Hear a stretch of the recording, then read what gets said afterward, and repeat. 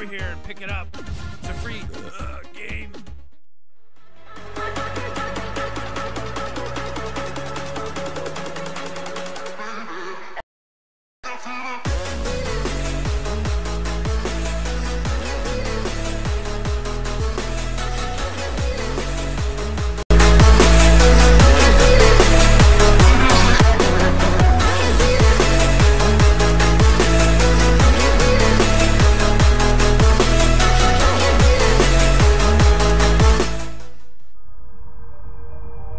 DreamHack Masters Malmö is brought to you by Asus ROG, HyperX, and Monster Energy.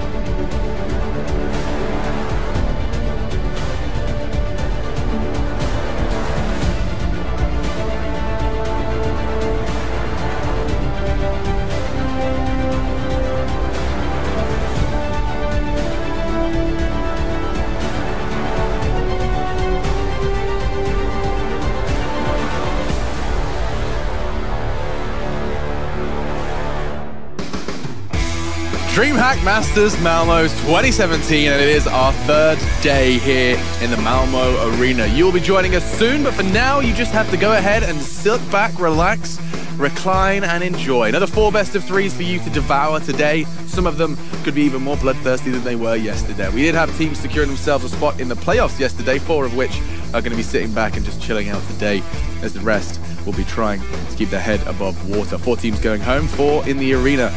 It's going to be a lot of fun. That's not how maths works, but either way, I'm your host, Machine, and I am joined by some beautiful human beings who I will introduce to you after the money once again. This wouldn't happen. This wouldn't exist. There would not be a prize. We would not have you guys sitting in that Malmö Arena this weekend without our sponsors, so a big thank you to them. Monster Energy, none other than Asus ROG and HyperX as well. So all of those guys coming together, especially Monster this morning. It was a long day yesterday. A bit of caffeine certainly wouldn't go amiss. We have Chad Sponge Birchill, none other than Mr. Jacob Pimp Vinica, and Janko YNK Paunovic. I don't drink coffee. Shame. I don't know. I need something else. Why don't you drink to help me out in the morning? I don't know. My grandma told me my tail is gonna grow out if I drink coffee. That must be a Serbian one. Yeah, when I was a kid, I never did it. Did you guys have, if you eat the crust on your bread, you grow hairs on your chest? Did you have that one? Nope. Yes, actually, that's an English thing as well. Yeah. It's Commonwealth, yeah. Well, we should be very similar, one would assume. I don't have a hairy chest, though. You do.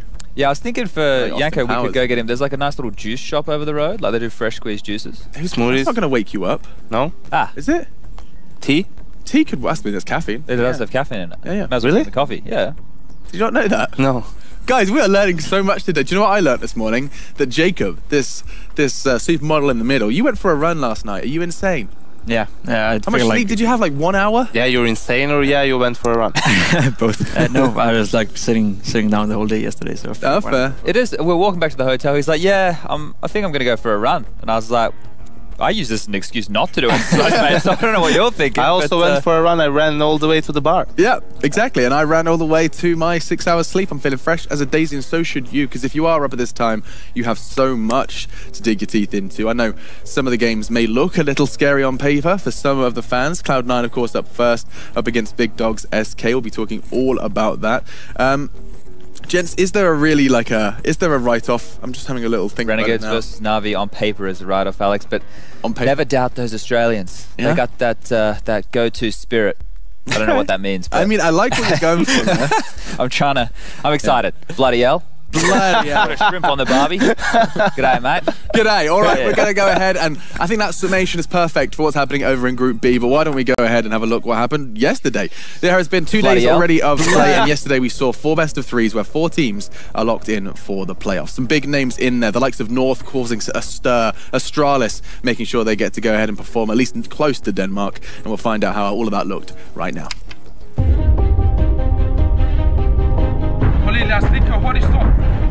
I think we can go all the way here at the Masters, but we are gonna take one step at a time. We for sure have good chances. You're thinking about the impossible, but here we go. Config with 2 frags, almost 3. Flashes over MSL. There's the one he needs. Bomb down. Maybe this is the time that they get map point with pistols at the 1 AWP. Now they know exactly where the AWP is, but they still don't deal with it well because they walk in, give Cole the angle, and he goes and finds another one to get Agent B and AZ. One from main and one from Pop Dog. Cold with just the 8 HP. Looks to be enough to shut them all down. I think we have a shot at winning the whole event.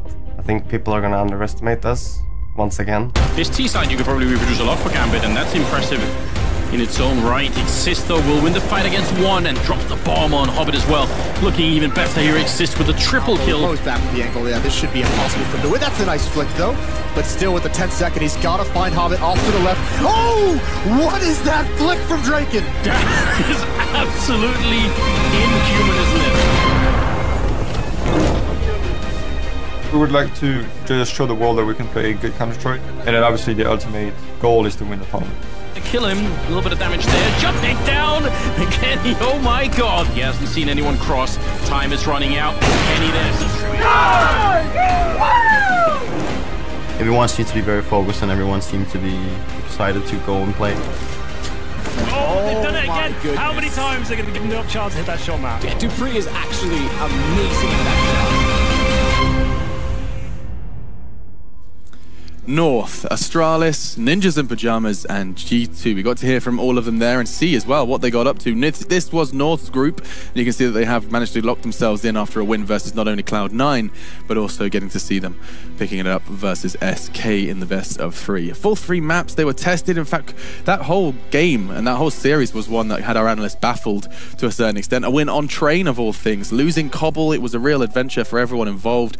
Into Group B as well, we got to see none other than Astralis prevail outside of that. Na'Vi managed to try and stand the test of time versus the Danes, unable to do so after a quick victory versus the Poles, the first team eliminated Virtus Pro from the entire tournament. Outside of that, Group C, we did get to see the Ninjas. We heard from Exist saying, I think we could very well do it, replicate the success they found last year at this very tournament on home soil. Getting to see FaZe Clan as well. We'll be seeing more from them as they battle versus Gambit to keep themselves in the running here. And outside of that, Group D, it's a lot to look forward to for Fnatic fans if we see another Swedish roster make it to the playoffs here in Malmö. Outside of that, it's the Brazilians that made such a run in the major, and it is their chance, their opportunity now to go ahead and try and do what they did in Krakow. Ooh, it rhymed. This is your schedule for the days. Janko, what are you going to be looking at? What's your eyes locking to as you look at those 4 best of 3s? I'm looking forward towards that FaZe Clan Gambit matchup, Alex. I think it's going to be pretty interesting. Obviously, the superstars on FaZe, the new roster, the Real Madrid of Counter-Strike going up against the reigning major champions in Gambit, obviously without their in-game leader and coach. We have Fitch there instead of Zeus. So clash of styles as well. Gambit still playing the style that they've had with Zeus, methodical on the T side, very strong T sides, while FaZe is still a bit reliant on their individuals, haven't had that much time to practice. On the topic of styles, perfect time to quickly once again check in with one of the most stylish on the scene. It is Smix. What's going on down there? Have you chosen your outfit for today? What are you rocking? Well, big surprise, I'm wearing a black blazer. Black? And a similarly dark top. Dude, me and you are in the same boat. And big surprise, black pants. Oh, black on black on black. Dude, if you open your wardrobe, do you ever look for that one black top and then you realize that there's no chance you're going to find it? That's me. That's my life. Sometimes it's really hard in the sea of black. So yeah. I think you need a raise. You don't have to be borrowing pants from Henry. You know, I think it's about time you're able to afford your own. Hey, I like the ripped pants. You actually have got a little rip in your knee. Yeah, I hope you're okay with that. I like how it looks on him. I just wanted to, take after it. Yeah. So, dude, same question actually I asked you yesterday because I'm intrigued. You know, what was there anything that you learned yesterday that kind of stands out coming into today, or was it more of just another day in the office? I'm trying to remember who I talked to yesterday. I talked to Glaive from Astralis, MBK. Who talked to MSL, I think. MSL. MSL. There was and one more. the ninjas exist. And the ninjas, yes. Yeah, I think it was really interesting. I think talking to NIP was interesting, especially talking to Draken. I hadn't spoken to him before, as I usually only spoke to Exist, Freiberg back when he was still on the team, etc. So it was interesting talking to Draken and hearing his perspective on everything, especially since he's still one of the newer members of the team and adjusting to all of this. I think it'll be especially interesting to see how they react once they are in the Malmö arena and they see how crazy those fans will be cheering for them, because it is absolutely nuts. You can testify, so you were here last year. It does get loud. It was absolutely magical. It's magical as well to have you with us. So you're just going to be hanging out, talking to players again today over on that floor. That is, I will be here indeed. Perfect. That is Sue, that's Smix. You'll be seeing more from her once we have a victor locked in for this one. It was pretty crazy last year. The atmosphere and everything. We almost lost Henry to the pyrotechnics. Every time, because we had the flames and everything when the bomb actually exploded. Henry was always caught so much off guard by it. It was pretty funny. It actually baffled me at times just to see the fact that when the bomb exploded initially, they had it so it was so loud that in the green room we would flinch every time the bomb went off. So we're watching the game. Well, you would flinch. I mean, I would. Sorry, yes. Yanko doesn't have any. Used to bombs, of course. Yeah, Wells wasn't taking it there. As I was saying though, like literally you were watching the bomb go down, like please don't blow up, and then you'd kind of like take cover as the whole stage just shook. But the audio guy was having fun anyway. Maybe we'll see what happens this year once we get to the playoffs. We have to get there first, and in order to do so, we need a result from this game. North versus South, SK taking on Cloud9, and it's going to be an intriguing one. I know, Chad, you've kind of you've been thinking about this one like throughout the night, into the morning. You've been kind of mulling this one over as to how to separate these two American teams. I gave you an MA 15+ version in the green room just before, Alex, but we'll keep it PC for this. Keep it PG-13. Yeah, so we've got SK, still arguably one of the best teams in the world, if not the best team in the world right now. They didn't look very hungry yesterday. That's what I think their issue was. When I say yesterday, am I talking about yesterday? It all just feels like the same bloody day. But they didn't look as hungry as they probably could have, and they still have some of the best players in the world in this roster right now, and they need to turn up today, and they need to be hungry to get this victory, because this is a Cloud9 who we know not a lot about. We know that Tarek's in-game leading, which confuses everybody, but we'll stay on that SK thread for a little while longer before I get off. But Phelps was a player who, he didn't have any issues getting warmed up. He didn't have any issues starting the day yesterday with a lot of frags and actually having a big impact for his squad, especially on that first map of Cobelstone. It just seemed, they were a bit shell-shocked when they moved into the train trap card that North had laid out for them. They didn't know how to react. It just didn't look like they were themselves. Tarko was being exploited inside. It meant they have to cheat Fur over. They even had the two of them there, and they were still getting played, I suppose is the best way to put it. And then you move over onto that final map, and they just didn't have any answers. They couldn't get their economy going. North had a really good plan and made life very difficult for this roster. And of course, a quick reminder, Jacob, is just that, they did win 3 out of the 4 events on their summer tour, the major being the one they couldn't quite seem to get under their belt. These guys are still on top of their game, a bad best of 3 aside. They sure are, and that's why it puzzles me when Chad says that SK are not looking hungry, because they should be, they did win 3 tournaments in a row and then end up missing the biggest one, the major, so they should be hungry to come back, and DreamHack Masters is probably the biggest tournament we're going to have on this side of the season, if not one of them at least, so they should be hungry to get back into winning ways, and it does puzzle me a little bit, and I think it might just be some group stage problem for SK. We've seen more and more of that coming from them. Usually they used to be dominant in the group stage, but they've shown before that they can scramble a little bit in the group stage and then turn up in full force in the playoff. And Yanko, you're given the fun-loving job of talking about the other side of the coin. Cloud9. I'm not sure if it's necessary, Alex. I just saw Taco chug on a can of Monster Energy, and I think that's the GG. Monster Energy brings victory. And what's your email address so they can send you 1k@roomandfire.tv. Thank you very much. But okay, if you really want to, I can talk about Cloud9. Chad alluded to one of the more interesting things about this new roster is that Tarek is the in-game leader now. Whether that is spurred on because of Optic's good performance at Cologne, where he was in-game leading at that one tournament, or just simply no one else wants to do it, including Stewie, who was the leader for most of the time in that lineup. and automatic for a little while. We have to see how that pans out, seeing as, you know, I don't really see Tarek as someone who can lead the team in a very structured way, right? If he's an in-game leader, I look to him and I think, okay, he's going to run a puggy style, he's going to direct his players maybe a little bit in general, but they're going to have a lot of freedom making moves, which when you look at the roster is maybe the way you want to run it, at least in the beginning. Like so Stewie, you see him on your screen, very good at playmaking, creating space for the rest of his teammates, and I'm very interested to see how Rush will perform in this lineup, because he's been one of my favorite players towards the end of last year when Optic was really good with Stanislaw in the lineup, and he really seems to, his performance really seems to have suffered when Optic was struggling to have even a stable fifth. So I'm hoping for a resurgence of Rush. A resurgence of Rush. A lot of people crossing our fingers and toes just to see how these two players do integrate. Now, when we start discussing maps, I guess this is where it does become quite difficult to really have too much structure to it, Jacob. If I ask you just kind of think out loud for us, though, we see Cloud9 banning Overpass. I guess this is going to be a question of, you've got two new members. I imagine your map pool is incredibly shallow. Just try and get it somewhere comfortable for at least one of them. Most likely shallow, yeah, and they're probably willing to take chances, you know. Also considering they're going up against SK, you know, it's a game where they have nothing to lose in that sense, you know. So they're willing to take chances and maybe willing to pick a map that they don't normally feel comfortable on. It also depends on how Tarek feels about the game, you know. As Janko said, it's a bit worrying, I'd say, you know, that Tarek is the in-game leader now, you know. Like, I looked at the C9 lineup and I thought potential, but the fact that they're already starting now to like switch around the in-game leader role and like, you know, they're scrambling from the beginning, I feel, you know, that's not the start they need, you know. They need some more consistency. Yeah, for me this was meant to be Stewie's Cloud9, right? Exactly. This was meant to be the new era. He was meant to be the one leading this ship, and he was he's the kid that's been driving them in the last, you know, 6 months to a year, if we go all the way back to Sao Paulo when they were actually toppled SK on Nuke, that we did see SK banning out there. Cloud9 picking Train, because that looked like a weakness. Yeah, that looked like a weakness for SK yesterday when they played against North, and then SK following up with that Cobelstone pick that they absolutely destroyed North on. It looked like they were going to run away with the series from that point. Seeing some trends already. Yeah, and I felt the wrath of this map from these boys before, and they can just really steamroll. They can get a lot done on Cobelstone. Their players know how to take advantage of the map territory that's given to them, and Cloud9 banning out Cache, that used to be like a home map for the Americans, so moving away from that one, it seems.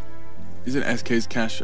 Oh, Miragi. Oh, we get Mirage. To be fair, they're all terrifying. We need to talk about SK. It's kind of hard to try and find a weakness, a chink in the armor. Interesting to see that other teams have picked up the fact that SK are not as dominant as on Train anymore. Yeah. You know, they used to be like the force on Train, and what was it, 16 or 17 wins in a row on Train. You know, other teams, even though they started to scramble, were not comfortable picking it now. But we see Cloud9 actually going in actively and forcing Train onto SK. You know, that's going to be interesting to see how they're going to handle that.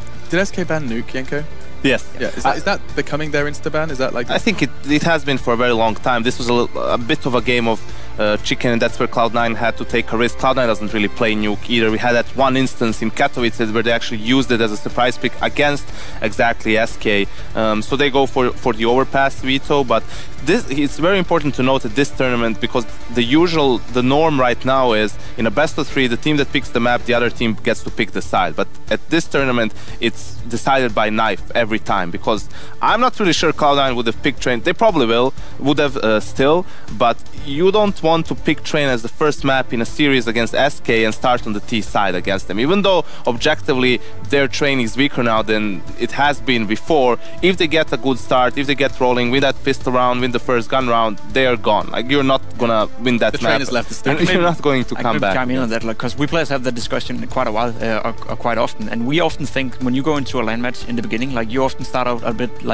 cold, a bit not on point, you know. So you rather want to start on the T side than on the CT side, because it's harder to, like, on CT side you need your aim to be on point, whereas T side you can get by your defaults, you can get by your like tactics and all that kind of stuff. So you actually want to start T side sometimes on some maps, you know, in order to get a good start on the T side. So it's not always like as you know, as important as you might mention it. But again, on some occasions it is, you know. On a Nuke, for example, you never want to start T side on Nuke, despite of being the first game of the day. You're right. I mean, if you combine all the factors as well, just the simple fact that they probably there still is elements of jet lag, and it is 10 AM in the morning, and maybe, just maybe, that could be affecting their play. In fact, no stranger to jet lag affecting your ability to frag. Never used it as an excuse, though. Never. Not once. Never.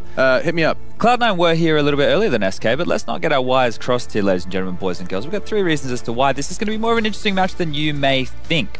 Cloud9 have had a full day off. They've been able to prep for everything SK can throw at them. That's a really big advantage right there. They can look at the tendencies that these SK players are going to be throwing their way. They can pick apart their train. They can look at that North game and they can find out where those weaknesses lie. So with that first one under their belt, if they've done their homework, which one would hope, there's a little advantage going Cloud9's way in the prep category. We've got Stewie and Automatic, a duo that has beaten or shell-shocked SK before. This was rolling back the years or the months to Sao Paulo, the finals for ESL Pro League, where those two as a couple had an amazing performance and were able to take down SK and you know, not show them as frauds, but basically show weaknesses in this unit. And if you move on to the final factor, it's the random factor. It's the fact that they are unknown quantity still. We have Tarek as the in-game leader. We have Stewie. We have all these players who like to play a very sporadic, random style. It can't really be accounted for. But like I said, on paper, SK here are the clear favorites, and it's very hard to predict against them, Alex. And then, of course, the immediate question after a fantastic scene set from you is, it's hard to bet against SK. Is anyone here at the panel going to do it? It does have to be relatively brief. They are cutting. They are cutting. Let me try again. They are knifing now. Little brain fart, little bit of brain DDoS, Yanko. While they're cutting, why don't you go ahead and tell us what you're thinking? I think yesterday North played really solid. Nothing too amazing, too spectacular, but their game plan worked all the way on the two maps that they won. They had a great start. They kept control of the economy throughout, kept resetting SK early on. SK really couldn't get into the game, and individually, especially on that last map on Inferno, they really underperformed in just pure fragging. They weren't hitting their shots, and I really don't believe that that's going to happen to SK 2 days in a row. I feel now, despite their train looking a bit shaky and so forth, I think they're going to take down Cloud9 2-0. Okay, not going to give the curveball North Americans a map. Jake, what about you? I definitely echo what Janko was saying. Yesterday we saw North coming up with a solid game plan, you know, and that like kind of raffled SK a bit out of it. Cloud9 is not going to come up with a solid game plan today. They're going to come out blazing, you know, hopefully Stewie 2K can do some smoke plays and all that kind of stuff. But that's not something that worries SK in that sense, you know, because they have Fur, they have Cold Saber, and I think it's going to be a 2-0 for SK as well. I'm leading the predictions right now, and I'm scared to not conform. You're tied with Yanko. Yeah, me and Yanko. So I guess if I just hold your hand for the rest of this, Yanko. And then you'd be a pussy. I'd be a pussy. Okay. I actually think it's going to be, yes, SK win. I think Cloud9 are actually going to surprise with their win on train. So I think we're going to go 2-1. Lovely. I've gone 2-0. 2-0.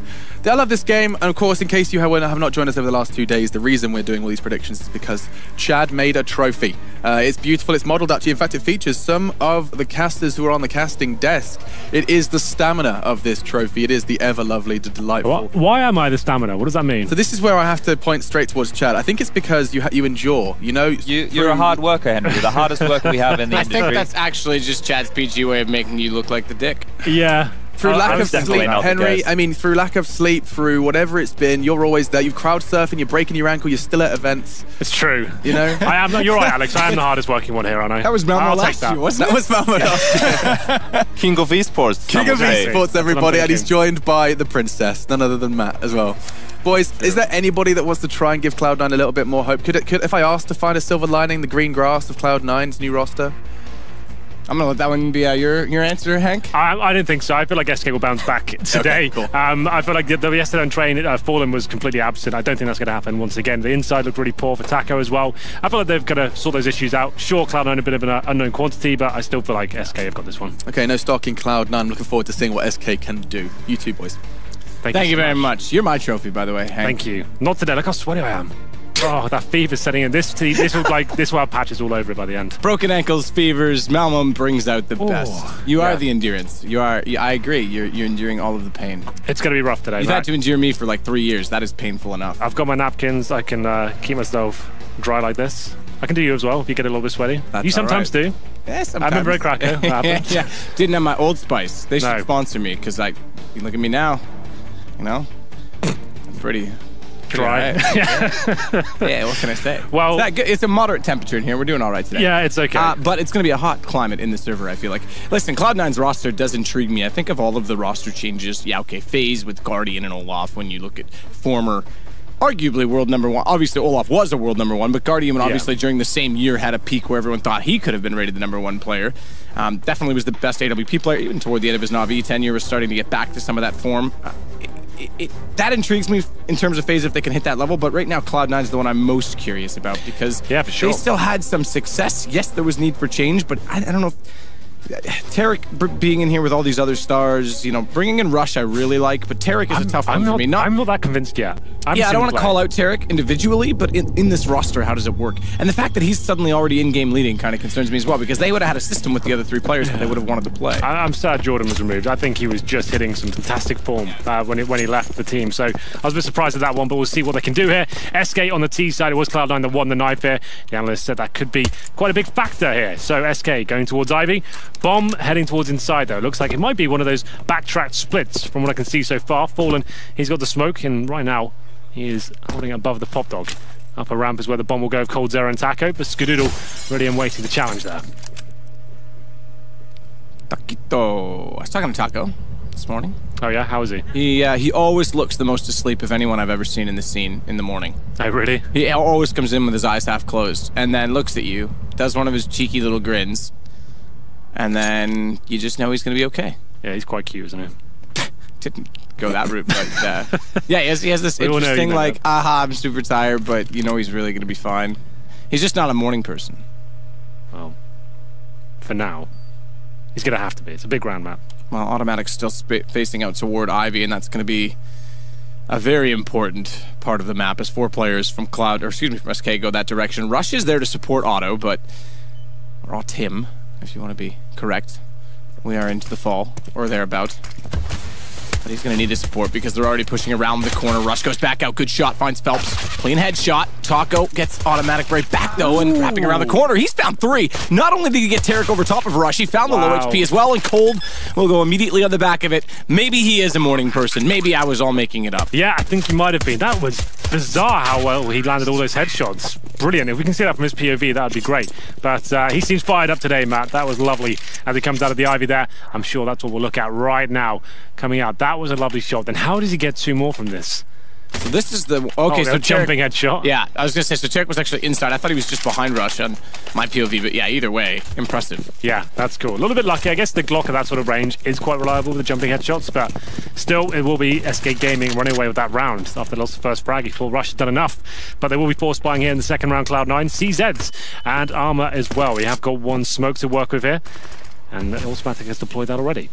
And no armor for Skadoodle, just to note, because he's going to be saving, obviously, for the AWP. Yeah, absolutely. We've seen the 5.7 come out less and less, just to note as well, with that Tech9 nerf and the 5.7. The CZ seems to be the most dominant pistol. Yeah, again, yeah, which I hated it the first time around. I think it's a little better this time. The first time it came around, it was, yeah, the most overpowered thing in the world. I guess it's the only pistol that hasn't really been touched recently, apart from the P250. And, yeah, we're seeing it a lot this tournament. But Henry, the R8...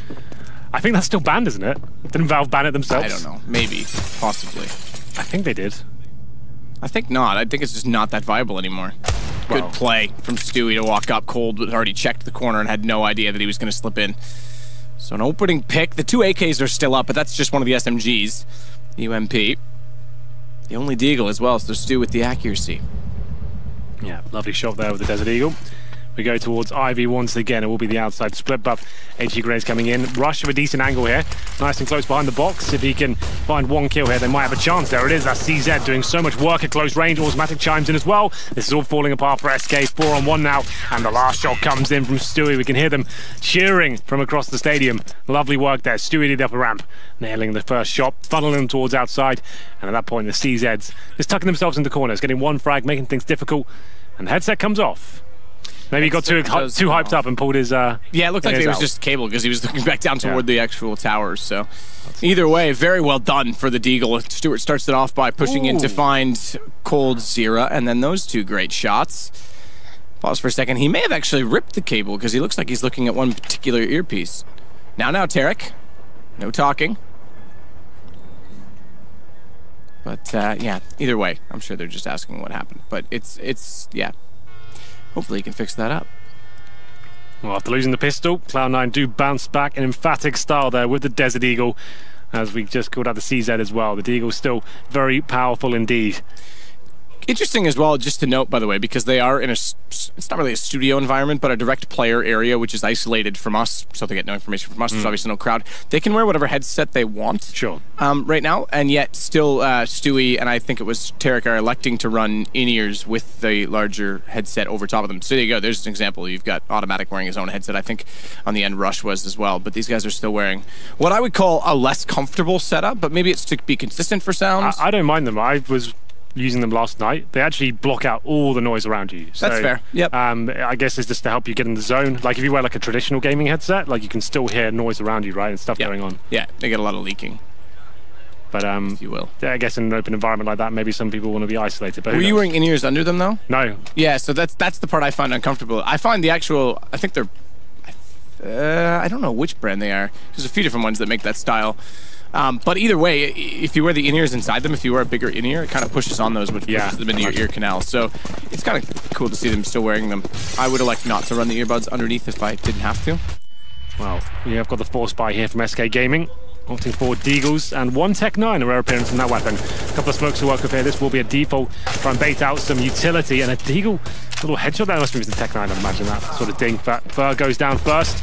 Tarek will take him down there. Phelps on 52 HP. We've got Skadoodle pushing towards inside here, trying to hunt some information. How has Phelps made it towards CT spawn? I have no idea. Yeah, this is very good positioning. Still on the Tech9, by the way, just after mentioning the CZ, so he's one of the players still using it, even though it had the nerf. 3 Deagles. But the only kill goes thus far to Cloud9. Automatic's got to be a bit careful because he's on 15, and that's the next entry point there. It is no idea. Stu gets taken down. He was the one to start it and end it with the Deagle last round. It gives the M4 to Phelps. He's got armor, head armor as well, but unfortunately gets found by Skadoodle at range. Head armor. I just finished mentioning that, and at range with a Mac 10, he gets taken down. So good shot from Skadoodle. Yeah, that's not bad at all. Good job. And Tarek finds yet another frag there. Coldzera drops, and that should be the round here. Difficult to imagine a world where Taka makes that work. Rush finds him with the UMP, and now just 4-odd Fallen somehow getting a plant. That's not bad at all. Ooh, just about gets it. Yeah, but take what you can. Because Eco'd in the previous round, shut down this time, and they gave away an AK-47 that was obviously carried over as well. Skadoodle, by the way, back to grab the M4. I was going to say automatic, but Skadoodle actually grabbed the M4 back on the inside side. So they've upgraded all pretty much to rifles except for the one UMP, but it's fine because SK, even with the bomb plant, they're in a position where they're going to have to save to get a full gun round in what will now be round 5 by the time we get there. Not really much SK can do with this round. They will be buying into the next, but towards inside, we normally discuss how the viable option on these full ecos. You try and just trade one frag with the PG-50 and try and overwhelm the, hopefully, one waiting CT on the other side. Take him down. You can see that's where they'll be heading towards. This is a very common strategy. Just getting down the lower round, it's difficult to imagine where a player can get a 5-man spray down. So the idea is he'll get 2 or 3, you take him down, and then you kind of get a cheeky plant in there. That's what we'll be heading towards. We have got Skadoodle backing up inside, though. He'll be Stewie. One flashbang will come over momentarily, and I'll just try and get that plant down. That's the main objective for SK right now. Stewie will just sit to wait to call the entrance, and Skadoodle will play off of it. B-side's good for these fast hits to try and get bomb plants down when that's the objective. It's a lot closer to the entry point, obviously. Good nade, good timing, spray in. Skadoodle finds 2, brings Stewie back over to the fold. He's able to pick up yet one more. Goes out on Taco, bomb never got planted. It's dropped down at default, and Rush swinging in from Z Connector is able to fire down the lane. Close the round, we go 3-1 Cloud9, unsurprisingly, but now it's into the guns, and the question is, does Fallen immediately go onto the AWP? He struggled on train yesterday with it. He could go toward it right now. He's thinking about it. Yeah, he was on like 3 for 11 at one point, I think, with the AWP. Wasn't looking too hot at all. It was actually Coldzera that was finding high impact rounds with the sniper, but could have bought it, but goes for the AK-47 here. Obviously Skadoodle, he's been getting better and better as the months go on for Cloud9, looking like he's finding some of that old form, and I like this. They're going aggressive towards Ivy here on the CT side. 2 players pushing in. We're boosting up automatic, not fully committing to face towards T-spawn here, but Phelps could walk into an absolute nightmare. That's a pre-fire top server. She's right in doing. Automatic was there. They'll back off, so he had an inkling of some fashion. Something sensed on the other side of the wall, but nothing there to be found as they back off. Both of them putting 3 players, in fact, toward the hell position. Automatic still watching toward Ivy, but Rush is actually going to have to swing and support Tarek instead, because that's a very cluttered area of the map for counter-terrorists right now for Cloud9. he's so low. Very far back in doing so at the B site. Yeah, and that's where SK will be finishing up here by the looks of things right now. 3 players in the Brown Halls area. Still with some Molotovs map, but no smokes to work with here. They deployed pretty much everything. So they just go straight in, but they go back towards Popdog. Tarek gets 1 kill there. He'll be able to fall back here as well. Fallen with a couple of frags out of nowhere. That's lovely. Wow. And now they have the advantage. The fact that he got Rush in the lineup through the box. They were both through the box. Look at the inside bomb side. There's no one huge. there. Well, I was going to suggest that they were going to play the retake on B anyway with Stu so far back, but then just falling, getting those 2 kills, he's made it even easier to commit to the B site because he pulled Stu back over towards Skadoodle and Automatic. So bomb planted. I wouldn't be surprised. Just save. Yeah, exactly. If they save. They've got tons of money, but might as well play the long game. You still have a lead to work with. That was kind of nuts. How did Fallen pull that one off? Maybe the rifle is where it needs to be today. Like we said, the AWP was lacking in terms of impact from him. Normally one of his absolute best maps. He's defined the way the map should be played with the AWP, but if it's not really working out for him in the last couple of days, maybe he just goes towards his rifle where he's having tremendous impact in the first gun round there. Excellent stuff towards Popdog, found the first and somehow gets the second as well. That was it, round over. Stewie had to rotate towards the connector, assuming that's where the main action was coming. SK walk into an open bomb site, round over. Full save, and that's a good call from Cloud9, very wise and informed. Keep the weapons up, keep Skadoodle on the AWP, yeah? Let's have a look at this replay. So yeah, to be fair, one of them did walk into his crosshair, but still, take those while you can. Yeah, thanks very much. I'll take the gift. Fallen goes back to grab the bomb, still obviously on the AK, but double up exactly for It's automatic as well, not Stewie. I wonder if it was spawn dependent because Stewie's more toward inner where Skadoodle's already had the corners on, and Automatic goes toward Ivy. Could also be situational of the fact that Stewie does anchor B on his own, and Skadoodle wanted to go that side, so therefore if they wanted another off, they'd have to put it on A. Makes sense. Well, let's see what Automatic can do with it, because back toward Ivy, he's got smokes deployed on either side. They're walking in from A main. He'll have no vision. He's going to swing, in fact, go all the way around to Old Bomb. Try and spot inside of the site when they go for the plant. Tarek high above spots Taco, but he not only takes down Rush, he swings in 180 and takes down Tarek through the pillar in the middle of the control room as well. Automatic, AWP, now's the time to see it. He still can't find that angle because they plant safe side train and never expose themselves to his rotated position. The one-man advantage for SK to work with. Kits on all 3 players for Cloud9. Again, mentioned the money they saved last time. They'll want to try and make a play. Have information on Phelps. Good jump, good read. Spots 2, in fact, jumping back. He misses the shot on Skadoodle, but double op retake versus 3 is not likely, so now they'll look to save the AWPs. Yeah, you're absolutely right there. That's going to be an almost impossible situation considering they're low HP as well. Save the double op, sure, money's dwindling, but you can force up around 2 AWPs for sure. SK will want to hunt this one. We can see one player heading towards inside. That's Fur. If you can get one of these kills, that's great. Only needs to land 1 bullet really as well. Here he comes, pushing in, doesn't want to give them the free frag. So they will save the weapons here. Money's still okay, you know, it wasn't as low as I thought it was, considering the 2 orbs can both drop.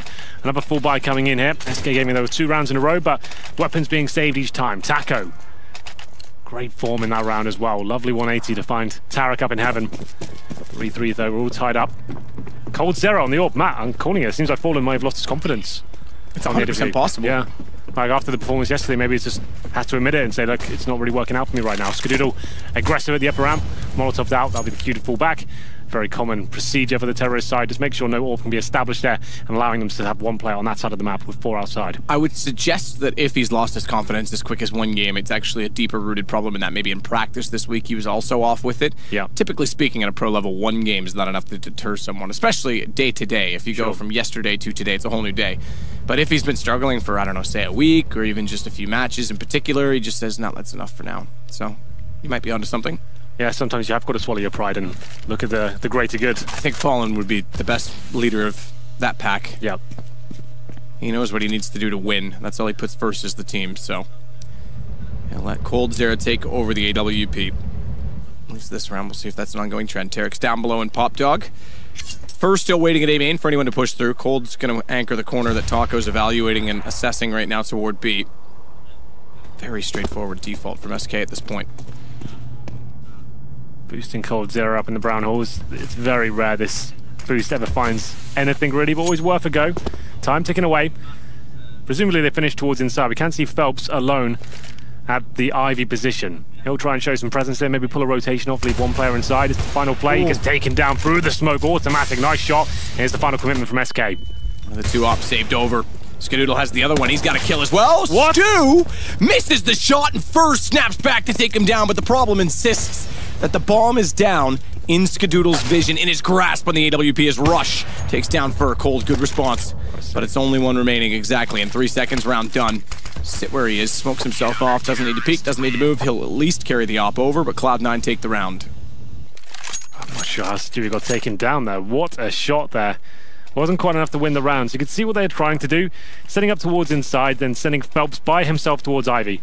20 seconds remaining, smokes off the left-hand side, flashes out. He was going to try and get towards backtracks and just pull a rotation over at the same time, but Automatic takes him down through the smoke. They had to go inside at that point as well, and that wasn't enough to pull anyone away. Skadoodle already in the connector. Just took down 2 shots. Looked very comfortable. Stewie could have got the third and had the clean sweep, but Fur out of nowhere hits that 180, and it will be 4-3.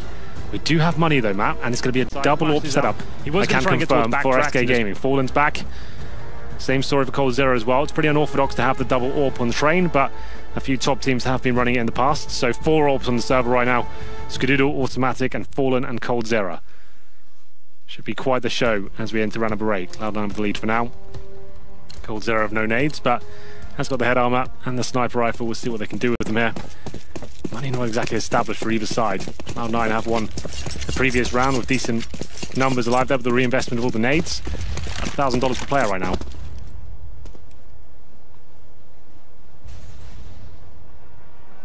Matic with his up, still on A. So this is a long-term call, has Rush beside him. Taco already inside of the B site. He's not gonna have much trouble either, because Cold0's entered and found Stewart. Down goes Automatic, Fallen finding the frag on the other side of the map. Everything's opening up for SK. 2 kills to the good, nothing to respond, and they've got B with a bomb going down from Fur. Just to mention as well the reaction from Fur on that shot on Stewie last round. Yesterday he struggled on 2 particular flanks against North, so good to see him hitting the shot today. Yeah, that's right. I remember one with the MP9. Oh, it was tough to watch. Everyone in front of him could have won the round, hands down, but that's the problem with that weapon. He does love it, but one of his weaknesses for sure. It's going to be Tarek now with his 2 teammates trying to save the weapons once again. They are playing a very conservative game here, Cloud9. Very good decisions, I have to say. Just looking at the bigger picture, that's why they haven't been broken financially yet. They just keep saving these weapons and realizing when they can't win the round, and there's no reason just to throw the weapons away. That's quite cool to see. It's not often I say that. I saw a picture on Instagram, a selfie actually, of Stewie holding a diploma from How to Manage Your Economy 101. Did he enroll? I don't remember seeing him there. It's fine, he wasn't a memorable student, obviously. We are going to be making that school this year, I think. When I retire from casting, that's what I'll do. Not bad. Professor Henry G.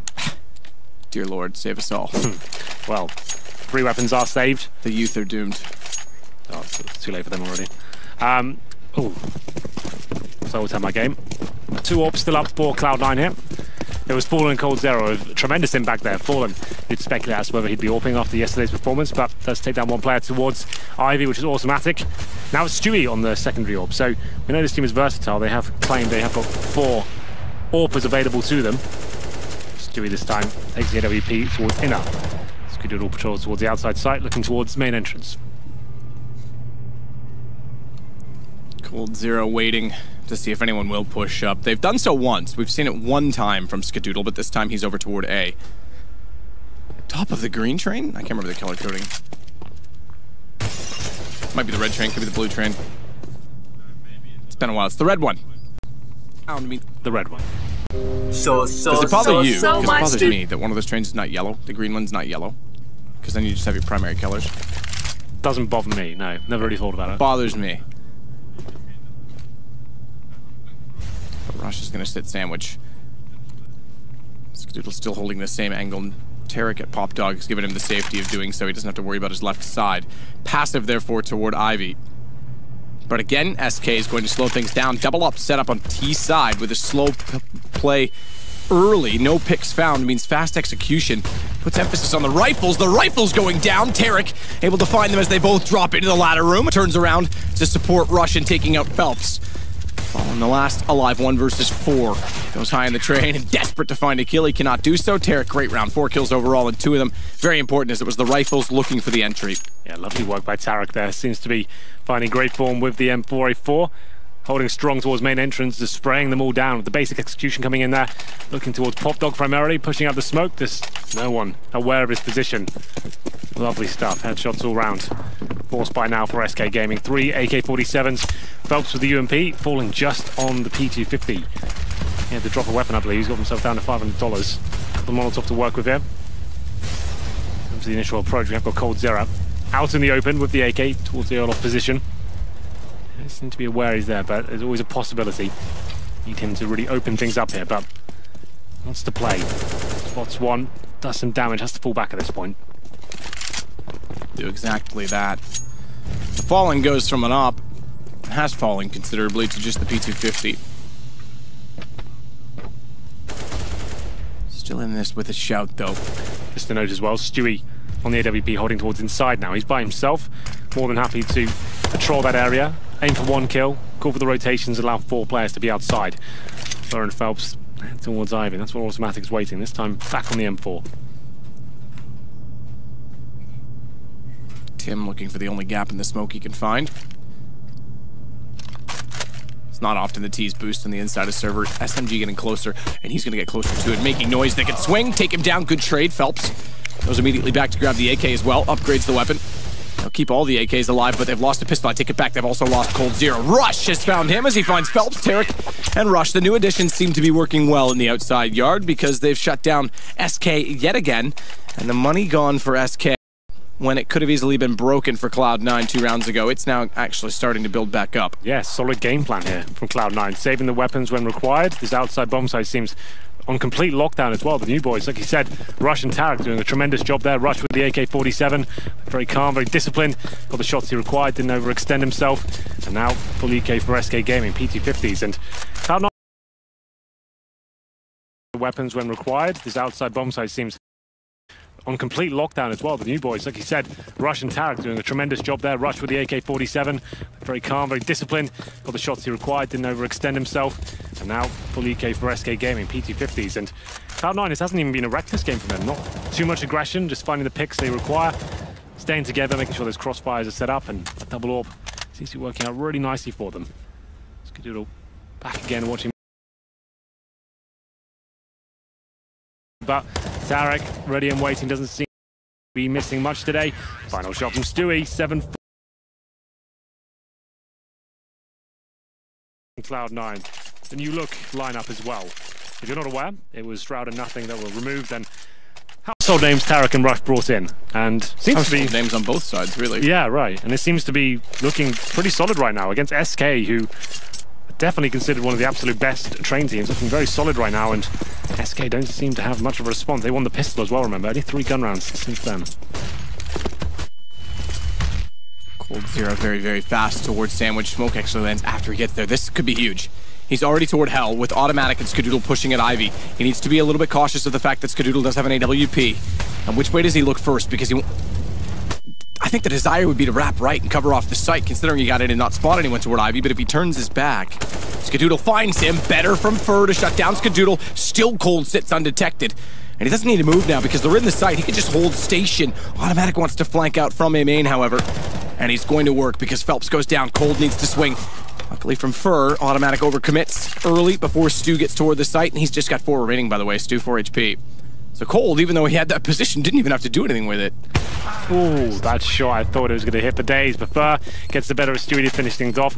A little bit unlucky there for Cloud9, they went for a more aggressive stance towards the Ivy there, pushing Skadoodle down towards the very end of it, at the mouth of the Ivy position, trying to find the first headshot, meaning he wasn't actually part of the exchange when SK went very quickly out of main entrance there, allowing Fur to have this sort of control at the very start. When Skadoodle comes back into the fray, it's too late. Everyone swarmed to the bomb site, and Fur hitting absolutely every shot. Nice round there from SK. It'll be Taco down to just a deagle here.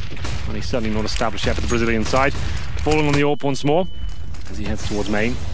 Back on the double AWP setup though will be Stewie, holding towards the inner bomb site. Oh, that A round, but Tarek once again looking so good with this M4. Double a kill again, and Rush is involved in one and takes one of his own. So both of them continue to wreak havoc in that site. That's so nice from Automatic. Yep, second time he's been there. This time it's going to be even more effective. Last time they couldn't win the round with it because he was late. This time he's right on time. Down goes Fallen. Fur will be aware, but can't do anything about it because it's being faced by everyone all around. Cloud9, not only did they build back up their economy, they've built back up their lead. They go 8-5. Tarek's on 15 kills and 4 deaths right now. He's having an absolute blinder. Seems like SK Gaming are using that fast main execute with PopDog as well. It's a bit of a crutch here right now, though. They thought, okay, worked previous round, let's keep using that one. But Tarek's loving that. They're running through their own smokes as well. It seems a bit of a mess. And SK being fully reset at that point as well. And will be 2k per player. Full eco. Phelps with the Tech 9. Further Deagle. The rest of SK on just Glocks here. SK not looking like their usual selves here. I haven't really seen too much in terms of the tactical game. Really with the fragging either. It's Fallen once again, 3 kills, 9 deaths in that. And 2 of those kills were from 1 round, if you remember. It hasn't really been doing much at all. Cold Zero as well, 3 for 8. Some of these big names struggling once more.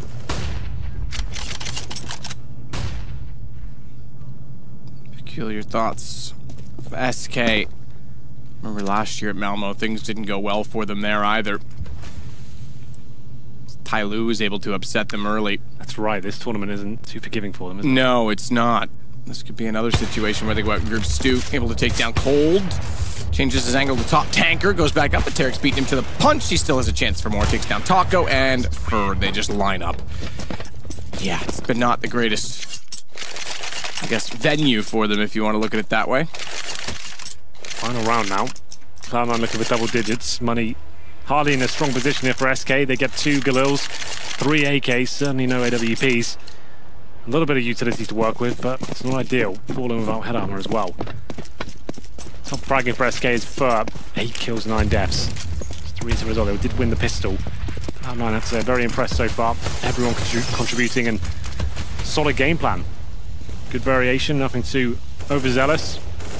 Focusing all their shots. Stewie looking like he's in good form. Tarek in phenomenal form with the M4. Final round here. They get 10-5. That'll be a very decent half after losing the pistol. Down.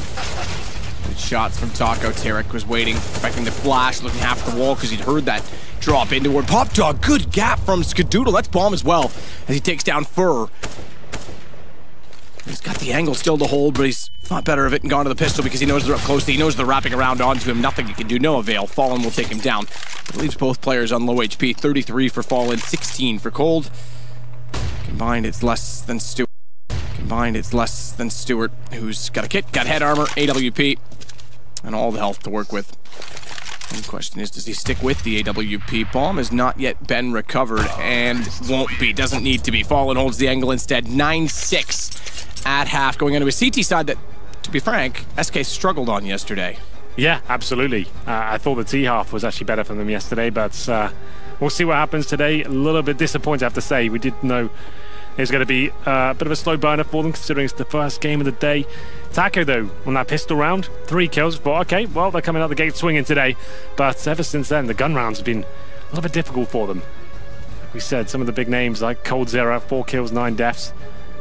Difficult to see a world where they really get back into this game, but still very early days. And we'll switch over. To be fair, 6 rounds on the T side, still absolutely fine. Win the pistol on the CD half, and you're right back into it. But Cloud9 just looked like a really solid unit right now. Very solid indeed, especially in the outer yard. Interesting setup as well, because it's not like they ever went hyper aggressive. Okay, they got Tarek to PopDog, that's fairly common. The one round, to be fair, that they did push Ivy was unfortunately just due to fate. Yeah. Not even fate, bad luck, whatever you want to call it. To one round, which SK went aggressive towards A main, but otherwise they were very passive. They worked as a unit. They always had someone to support or set up a crossfire immediately, whether it was rush on Tarek or rush, to be fair, swinging in both ways towards automatic at Ivy. It worked out very well for them. There's the buy. PT50 for Tarek and a smoke and a flashbang as well. Molotov for Skadoodle suggests they go towards inside. The setup certainly looks that way as well, but Taco once again, he says no in the pistol. Takes down a swift headshot, and that's Stewie 2K going down, and a 5-on-4 inflected towards Cloud9. Still with their smokes and basic utility here, and they will still commit. Molotov deployed very early on. Headshot comes through, automatic, gets the refrag. Now it's equal once again. Shot back from Skadoodle. Phelps is already gone. around from Connector, but Rush pushing so far forward is going to make things very, very difficult for SK. Kit for Fallen. He's got his teammate and Cold directly next to him. He kills immediately. Cold will get at least one of those said kills. Remember, they did win first pistol on the SK side, still only amounted to 6 rounds after getting eco. Ultimately, they need this one as well. Fallen, good shot on automatic leaving Tarek and Skadoodle, but time ticking. Fallen, only 6 HP now as well with the kit, so if he wants to go on the smoke and get on it, it's going to be very easy to spray him down. Tarek's even gone to the knife. He's gone to the smoke. The stray knife might actually work because Fallen's low enough. He just needs to hit him once. He's back on it. Does he have the time? I'm not sure. Fallen just barely gets found, and Tarek says, I'll just go after you as well. Why not? Give me all the money. Oh my god, it wasn't pretty towards the end, but Cloud9 pull it off. Tarek there, desperately swinging the knife around. Like he said, Fallen on an 8 HP, 1 slash would have done it. I think there's about 2 seconds left when he hit him in the end. Very chaotic with that smoke deployed as well. Look at them dancing around each other as well. The defuse comes in, Tarek was trying to find him. Oh, just about gets it. He was about 3 seconds into it. I think he would have had it if he didn't find him on that swing. Yeah, well there it is. Cloud9 lose the first pick, but swarm the bomb site. Now have the advantage. We're going to round number 2 here. Force 5 course from SK, following on the scout, but that might not matter. But there it is, the headshot comes through. Rush did find that first frag, but Tarek now, he's fighting back. Fighting back indeed. Good shot from Fur, though, expecting him to transition from the E-box to his left and launch sandwich as well. Cold Zero. Deagle. Nothing he'll be able to do to deny the plant at B. They've transitioned back over to the inner site.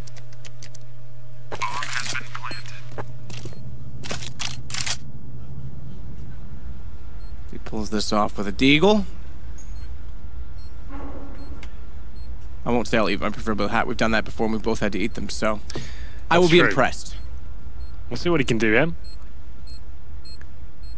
Cold Zero. Time ticking away. Won't be winning the round for sure. I think we might have a technical pause going to the next round. I can see Taka had a PC issue. They're hoping to get us 1 frag here, but denied by Skadoodle. Clean round by Cloud9, generally speaking, and there will be 2 of them surviving, negating the force buy from SK. And here we go, the technical pause comes through. As I said, it looked like Taka was having FPS issue, I believe, so there was discussion of him replacing his PC. That could take a while. Could take a while. Talking to the admin about it. Yeah, this is the first map of our best of 3 today, and it is a playoff game, but the loser does go home. North taking down SK yesterday in a surprise shocker 2-1. That's not a positive and confident, inspiring looking Fallen that we normally see. Sitting there with a rather introverted look on his face. This would be the 2nd time in 2 days SK would drop Train. Yeah, it's weird, isn't it? They went on that huge win streak on this map. 17-1? Yeah. They looked 17, I think it was 17-0 and then they lost one. But they just seem to have lost their mojo there somewhat. They didn't seem to have that flair on this map. It seems like they're clutching at straws and constantly chasing economy. CD side yet to start, but losing the pistol once again. It doesn't bode well getting deeper into this one. And Cloud9, generally speaking, looks actually very, very good so far. Everyone's turning up and fragging hard. Look at the scoreboard while I'm here. Tarek, 18 kills. Same story for Rush as well. Both of them, the new boys, going at it. Phelps, 5 kills, 17 deaths. That's not too good for him. A little bit rough.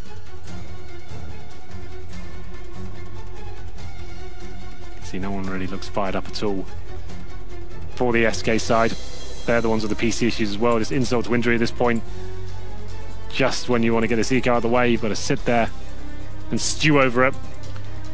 But hopefully this will be resolved momentarily. I think Rush said that was a chance for him to go use the toilet as well. Oh, jealous.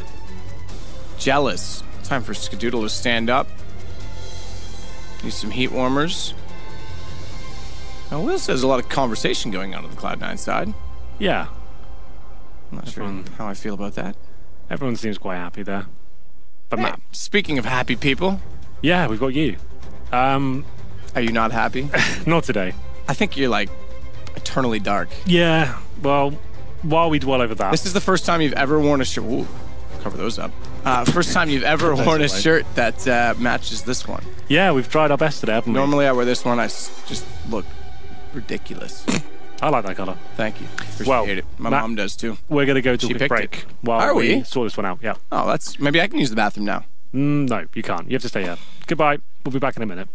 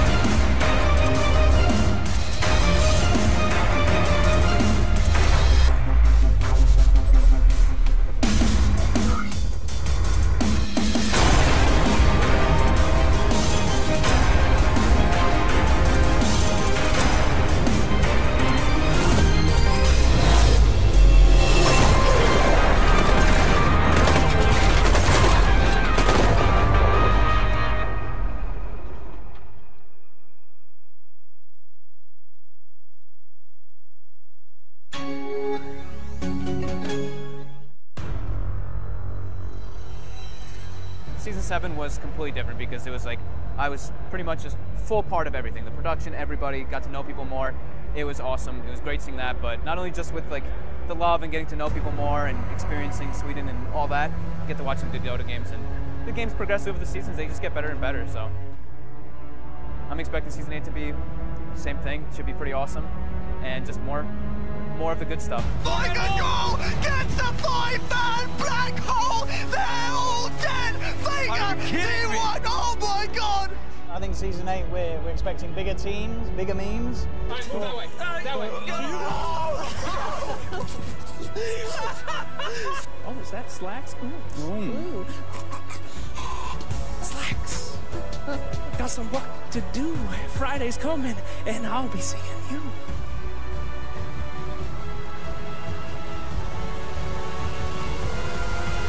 I think we've kind of proven ourselves over the seasons that we're a tournament that, you know, the teams are getting more and more interested in because it's such a fantastic ground to really test out strats, build yourself up before the big events, and now Dream League very much being one of those big events. And Season 8, it's going to be even bigger than Season 7.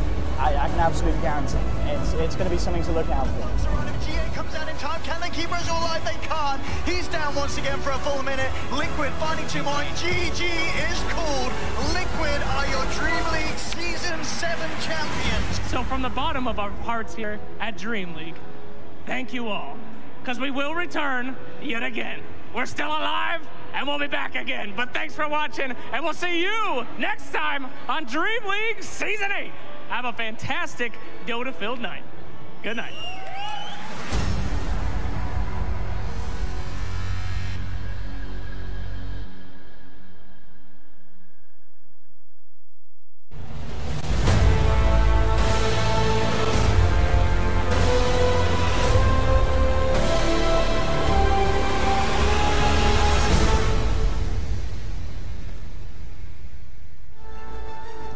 We're back. Yes, we are. Indeed. It is 11-6. I had to look. I'm not going to lie. Didn't remember that. It's okay. Cheated a little bit. That's all right. We're going to get back into it shortly. The PCs have been replaced. Everyone's happy again. The PC, that's right. Yeah. It was just Taco's PC having some issues, I believe. So we'll get back into it. It looks like the actual one pause comes through. So that's actually much quicker than I thought. Well, there we go. It is 11-6. You're right. It's a full eco for SK Gaming. They will have nothing to work with here, Matt. They win this round. I think you should eat your proverbial hat. This is the one. I don't need... What hat do I eat? Like it's a proverbial, doesn't exist. No, but what like, is it like a bowler hat? Yeah, it's like a bowler fedora? Hat. Yeah. Well, actually, you look good in a fedora. No, please no. You, with a popped collar, yeah. Just a white shirt and a gold chain. I actually think that's quite a good look for you. Driving around in a Cadillac. Yeah, let's make that happen. Popping bottles of cheap champagne. Wow. that's what we'll go for if they do win this round. Nade damage onto Fallen is significant. He's down to 21 as Stu starts to walk in with the Mac 10. In fact, all the way in. Able to find Fallen, figure out exactly where he'd gone and finish him off. He'll do the same with Taco, and as I speak of Stewart's actions, we see some others appear in the top right, so all things considered, we're down to just Cold Zero remaining on the SK side. Who's gonna just climb up and down a ladder. He's working on his fitness. Yeah, well, Tarek, he's sick of that. Takes him down, sends him for an early shower, and it will be the first gun round here. They forced ball in the second round, if you remember, but they didn't go all in, so they can afford a couple of AWPs here as well. So it will be Fallen and Taco. They'd like to mix things up map to map, and who the secondary AWP will be. And Train, it does seem to be Taco time and time again. Fallen though with no armor. Taco without that armor, not a big deal against the AKs, of course. Limited SMG utility. Phelps with no nades whatsoever. Same story for Fur as well. Very difficult round to defend a full execution here. Cloud9 win this one. Game pretty much over. See if they can hold true to form. They've been very good so far. Getting 3-0 in the pistol. Perfect round to drop a full execution here. Just when you know the CTs are clutching at straws.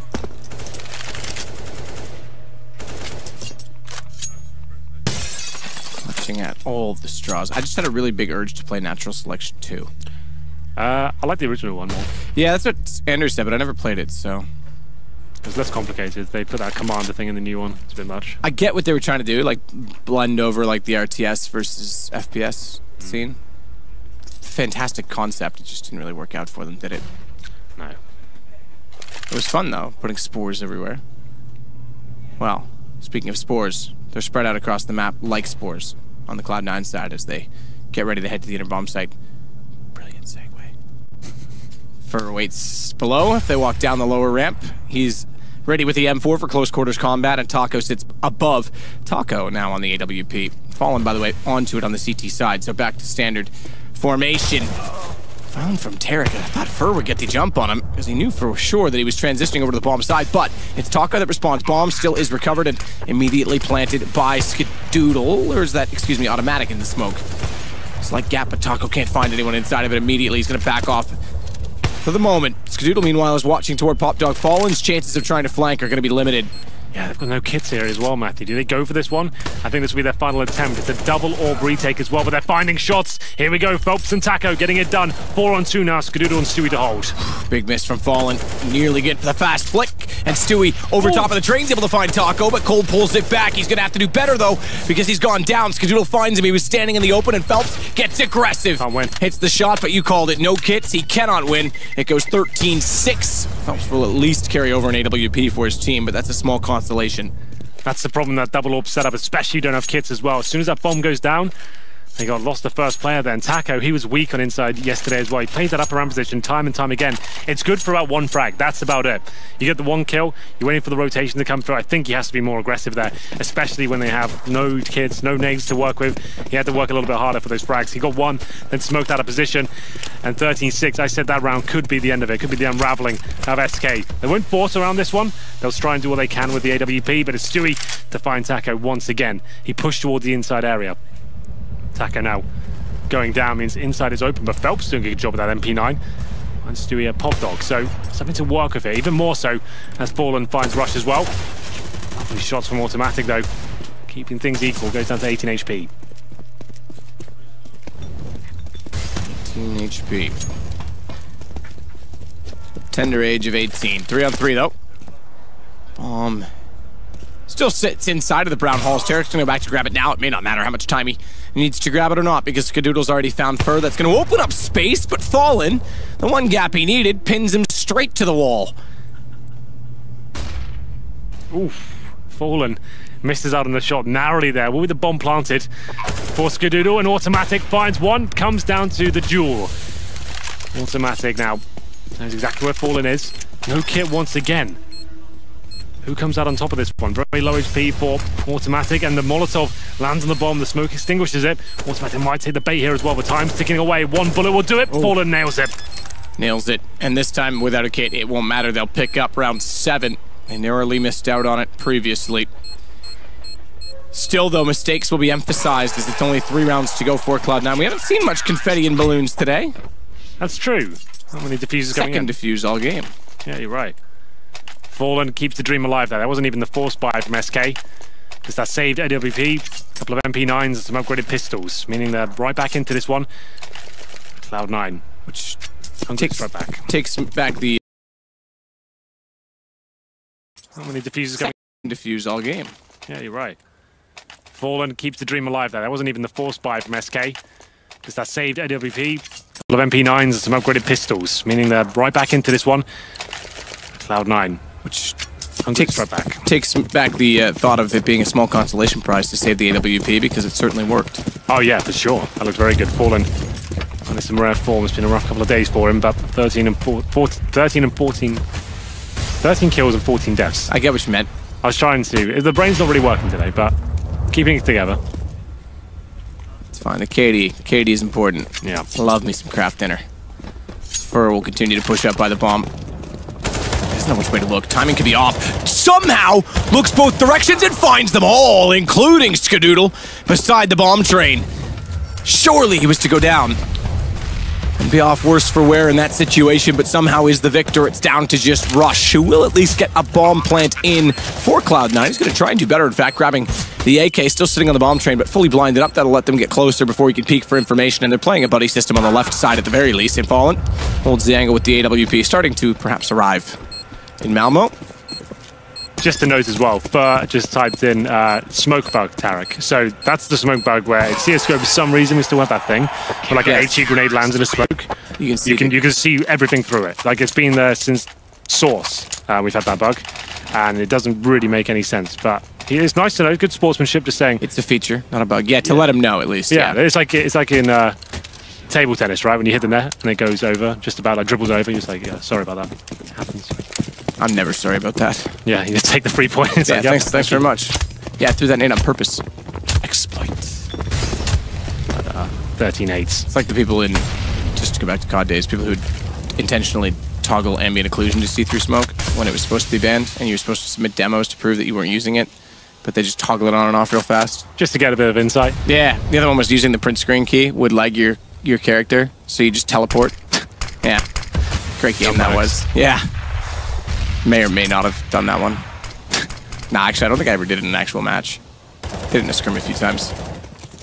Well, Cloud9, Deagles, no armor, no nades, and SK Gaming starting their campaign to get back on track here on the train map. Couple of kills coming in. It should be quite a clean sweep for SK. 3 kills now. Nothing really to report. Cloud9 didn't have any nades to work with here. There it is, 5 players surviving. Money starting to get established now. SK aren't done here just yet. After going down 3-0, it was the saved AWP from Fallen that got them right back into it. Open now for Skadoodle. As we have a look at the money, starting to get it back in a decent position for Cloud9. 4 AKs. Stewie without any nades whatsoever, but he has got that AK. Is very aggressive and assertive on the T side of train. We'll see what he can bring to the table here. Sentry used by SK just to block out any sort of outside rush, which Cloud9 are definitely known for, and Phelps. Now he's starting to find some form towards that pop dog area. Takes that automatic in a very quick attempt to find the first frag. Bottom pop for Phelps. Flash from Tarek. Tries to go early to turn Phelps, but he waits for it. He stares directly into it and reads exactly what Tarek wants to do. As SK looking a little more like what we might expect in the previous few rounds. Flash on Fallen does mean he has to back off, but Fur's there to support, thankfully, as Fallen had nowhere to go but into the grave and stays alive long enough to be the Grim Reaper of Death to take down Skadoodle instead. As Rush will sit back behind box with bomb, but really not much he'll be able to do with it. A minute to work with. Might pick up 1 kill, not even go that far. Fur's able to collect that as well. Double digits now for SK. Looking much better, starting to get fired up. Having a discussion there with Fallen. What's the next play? Has to be a timeout though for Cloud9 as they'll work out. Do they decide to buy into this one? I doubt it, considering they have about 3k per player. They got 4th stage loss bonus though. They can probably afford a partial buy here, Matt. Go for some Tech 9s or CZs and work out if they want to go for the smoke execution and try and get the bomb down there. Deagles coming out. Automatic and Stewie known to be very good with the Deagles. So normally in these rounds, objective get the bomb down. And if that does happen, you go from there. It was a lot more prevalent once Tech 9 was at its very best. The run and gun 24 bullet pistol machine gun. but I'm not sure we'll see much of that anymore, considering the Tech9 seems to be going out of fashion somewhat. Doesn't really seem like much of a partial by either. Cloud9 just getting the Deagles out. Stewie with some body armor, but no nades to work with here, so another comfortable round for SK, presumably.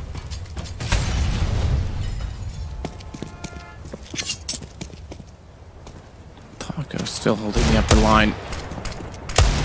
Automatic doing what he can with a Deagle to try and open up space. The yard. Shoulder peek. Does baits Taco, and what a shot when he goes back, Tarek. It's about as well as you could use a Deagle, or at least hope to, and they're going to swarm onto Fur, who can only spray down 2. Can't transfer it back to Get Rush, who allows a bomb plant for Cloud9, so very good start to the round with the pistols.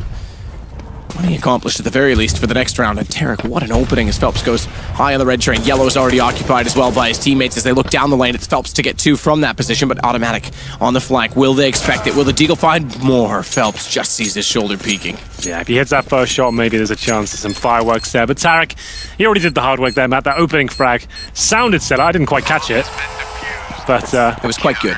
They're saying nice shot, Tarek, and having a bit of fun with it as well. Might have been some more adjectives and vocabulary. Keller, look at this. Shoulder, baits the op shot. Yeah, look at it.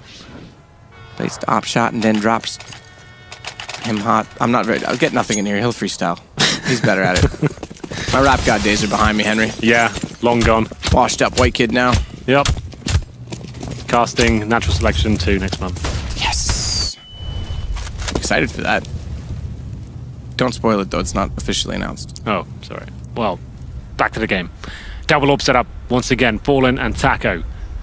The inside bomb site, certainly the weakness it seems for the Brazilian side, but this time Taco more aggressive with the AWP, not holding that upper ramp position. You can see him actually actively hunting for that first frag. Has got backup as well from Coldzera. Nice little duo. He's got the incendiary out. Just so as soon as Taco takes the shot, he drops that incendiary, buys us some time to reposition. Ivy is where we're focusing right now for the Cloud9 side. A very default round from them. See Taco got flashed off there, so he fell back, the incendiary got deployed, so baited utility there for SK. No one towards Ivy whatsoever, actually focusing quite heavily towards Pop Dog. 2 players in there once again. I love this crossfire a lot of teams are running right now. Phelps with the AK watching towards main entrance, then Fur in the Pop Dog looking for that first frag. This can fall apart though. If the guy watching Pop Dog dies straight away, double frag certainly on the menu. I'll take that with the side of fries, Hank. Strawberry milkshake? I think you've had enough strawberry milkshakes. What are you trying to say?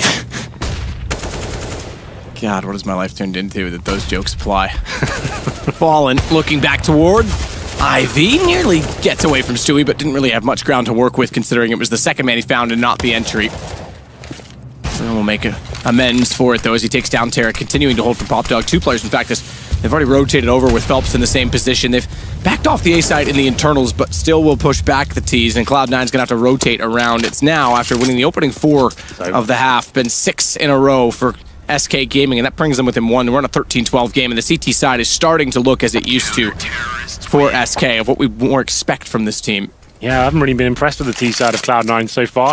It's definitely the harder side to get together as a new squad. CT, the kind of play positions you're comfortable with, rely on individual skill, as Pim touched on as well. It's down to the aim, really, and having good rotations and trying to find opening picks. T side on train, very difficult to master. Need the executions, the solid defaults, and knowing how to read the CT side. Cloud9 haven't really brought much to the table in terms of tactical prowess yet. They won the pistol, remember. Got 3-0. And since then, hasn't really looked too exciting for them. 13-12. 4-0, in fact. It was That's right, saved AWP that actually broke this down and brought it back for SK. It was that difficult first gun round for SK. Remember, they had the AWP and like, no nades, no kits. Yes. Yep. Exactly that. Taco smoked off, won't be able to find the opening shot. I take it back. He found automatic in the smoke. And you're right, Fur doesn't have to do much at all. Just sit and let them walk out. In fact, could have taken his hands completely off the keyboard and just used his mouse if he wanted to in that situation. Bomb gets planted. Taco is holding the left side of the bomb train. He's flashed off it, but no one will move out, so he can still be confident to tell his teammates they've got to be on the right. They've got to have gone back toward the brown halls in which Coldzera is trying to occupy in the flank. He should be well-timed in position. Skadoodle spots Fallen, a better shot back in return, and this is exactly when Cold strikes. They'll get the defuse. They'll tie the game 13-13. Yeah, that inside play from Cloud9 once again. Not looking that impressive in terms of the utility usage. A couple of basic smokes. I think it was like 2 flashbangs were used. Like, he's right in the open here, Fur, and he's not blind at all. He's got nothing really coming his way. There's no pincer from upper ramp either. I guess Taco took that threat away, but it's looking a little bit too easy for the CT side in that inside area. That's where we had the main problem against North on Train, a map that we didn't expect them to drop at all, but North found their weaknesses and capitalized on them with the execution plays. And now Money. Still okay for Cloud9, still of course on maximum loss bonus, getting the bomb down. You can still buy into this, but that lead has slipped away. It will indeed be 7 rounds, I beg your pardon, in a row for SK Gaming. I think so. Well, 7 in a row, and the question becomes, Cloud9's looked very lackluster on this T side. We know Tarek was apparently taking over the helm. Is this perhaps his leadership falling short? Do they switch back at this point in time? Or is it just the team not clicking in at all cylinders? I'm not sure. It's going to take some growing pains for sure for Cloud9. You change 2 players, you've effectively changed the entire team. You are a whole new roster at that point. Yes, okay, you keep your core. Yes, you're still Cloud9, but speaking strategically, you are a whole new team. Well, we'll head towards inside once again, looking like the full set piece once more. You can see Rush, he's holding by himself, looking for any IV aggression, but all of his teammates, for all of them, holding towards the Brown Halls area. I have said the inside executions have looked a little bit lackluster in my opinion, but still might have a few more tricks up their sleeve.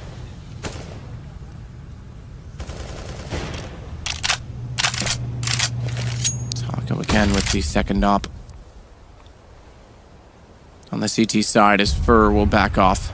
Same setup again. They've actually been doubling up the inner bomb side a lot more frequently than Cloud9 chose to do so. Remember, it was just Stu that pretty much held it on his own for the majority of the first half. No utility at least thrown yet. Automatic. Knife in hand, you'd expect quick shoulder bait. No, take that back. It's going to be the smoke thrown out, so. Sets that down, Taco fires in. He'll be a bit of a turret until instead decides to drop flames. It'll hold them off. Smoke will outlast the can of fire just ever so slightly, but it'll dissolve about 5 seconds after, and Taco knows that they're waiting for it, so nade in instead. It goes a slightly deep, but a leg shot on a Tarek does significant damage that should support Fur, and Fur is able to get 2 as a result. Knows Tarek is still inside of it as well, and as he was the one that was lagged up, it's straightforward for him. He's actually going to wrap back around. He gets all but 1. It's Tarek that gets taken by Fallen. Very good hold from Fur. Yeah, that's lovely. So good by him on top of the bomb train itself. Throwing that in for the first time, and it couldn't work any better for him. Always got such fantastic gameplay. Just as the smoke goes down once more. No real flashbangs deployed at all. He gets those first 2 frags and dancing around the bomb train. He just finds those kills. He's making them look foolish now. Cloud9 don't seem to have much at all to work with here on the T side map. The executions just aren't thorough enough. They haven't got enough to work with there. Just very basic smokes and going together, hoping they can out-aim their opponents, but good setups and solid team play from SK. Taking them down, and it'll be Fur lighting them up in that round. That was fantastic work by him. 14-13, SK take the lead for the first time in a very long time. Double up set up for them, and I think it has to be the eco for Cloud9 now. Almost allow the SK side to find map point here. This is best of 3. And it seemed like a Cloud9 game. It was like an open shut case. You say it for the first time in a very long time. It's the first time since actually the pistol. The opening That's right, pistol. the opening pistol, yeah. Yeah, they were 1-0. So it still stands. 4-4. Okay, yes, you're right. Just adding some context. Yeah, it's fine. I'm the animator to your novel. Thank you very much. Can't draw. And you can't write, so pretty bad book altogether. Can you write? I don't think so. Maybe. We'll find out. Stay tuned. Fallen, AWP, spots them jumping across. Cold Zero is going to put them on map point early if he has his way, because Pistols won't be able to do much against his AK. Spots them all, going in and sprays them all down as well, with headshots on every except for 1. It's Fallen that steals away. Yet another ace, by the way. Stole first, now steals Colds, but that's fine. Winning is the main name of the game, and they're 1 away from doing so in map 1. And a comeback against Cloud9 in what is a decider match that I think is probably the most heated decider match of them all when you consider the heavyweight names in this game. Yeah, absolutely. Certainly one that looked tantalizing at the beginning of the day. Seemed like Cloud9 ran away with this one as well, but haven't had much to work with at all. I mean, is that an auto sniper I spotted? It is. All right, Taco. He's got 10 frags, feeling it now. Brings down the auto sniper. Normally when the games start to go wrong. This is probably when Chad would call him Daco. Daco, yeah, that's quite good. Dak. Oh, okay. Fallen. Good read. Try to flash him off the angle to give Skadoodle, there we go again, the chance to find him. He can't. Fallen. Great read, good lineup. Knew exactly where he was aiming. So server boost consideration to see above smoke. Automatic will go back instead to grab the AWP. 2 ops, 2 AKs, at least for now. Fallen takes down Rush. They'll want to get rid of the AWP, surely, and grab back to an AK because they're going to have to attack a site with force and accuracy. But that is all for Fallen right now as he takes down Stu over toward Popdog. He's been given so much leverage and space in that position to, and now allow Fur to rotate at Popdog that he can pretty much control the entire round himself. Automatic's the last alive. This is done. SK gonna take it 16-13, although Automatic does get 2 with the AWP. Still got 3 more to find, and Fur will slide in undetected. AWP to confirm it. Good comeback from SK, and I have to say, I didn't expect it. They looked lost early on, but a string of, if I can count these, give me a second, 7, 8, 9, 10 rounds in a row to come back. That's pretty good. Gutting for Cloud9. That could be them done now. Train, that was their pick map. And after having that huge lead as well, winning the first half 9-6 with some fantastic CT play, Tarek and Rush, they were on fire. They were carrying that side. And then winning the pistol as well in the second half, 4-0 up. It has all fell apart. It's a new squad, so we'll give them the benefit of the doubt, generally speaking, but this T-side tactics just weren't really there. No. I was expecting to see some of the former Cloud9 stuff, that they're really fast, aggressive outside tactics. When all else fails, drop that in there. Didn't really have that at all. Money wasn't necessarily broken. They had the maximum loss bonus for a while, had all the nades and smokes they needed, orbs coming out, just didn't really have the tactics to work with. Yeah, it actually took a while to break down the economy from Cloud9's side. And again, it's a single op that won the first round that led to what exactly SK needed, the momentum to shift. Yeah. CT side was very, very good. They played off each other very, very well. And it was obviously Rush and Tarek playing together at the outer yard, the 2 new guys, perhaps something in that coming over from Optic. Yeah. The T side obviously is going to be growing pains. That was pretty lackluster. And SK, I think also, to give credit to them as well, not just to point out Cloud9's flaws, they did grow into that game for sure. Certainly did. Yes, absolutely. My God, what a performance in the second half that was. But we can talk about that later, and I guess the analysts can as well. But for now, we're going to take a quick break before we bring you Cobelstone.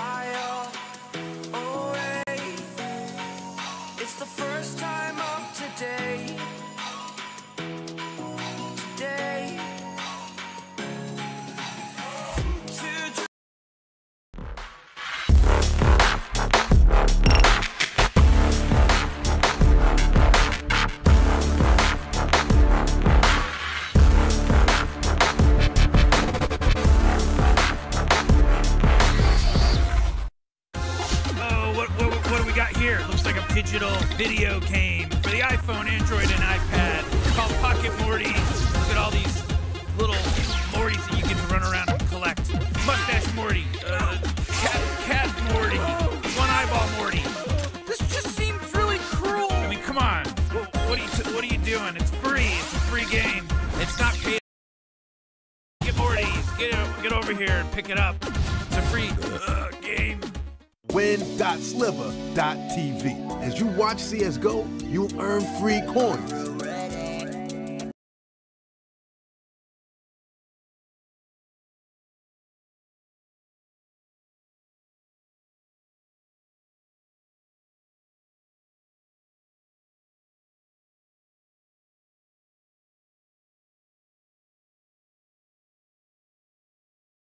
win.sliver.tv.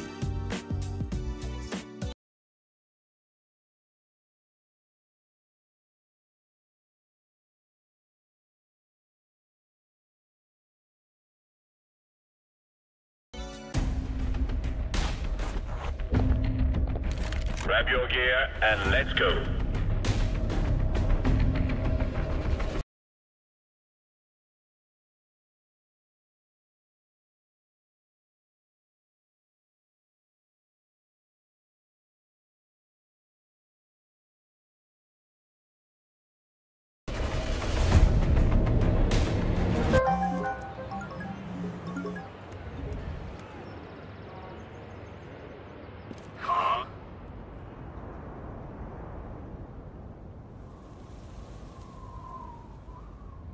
With the Strafe Esports app, follow your favorite teams and players, and you'll never miss a match again.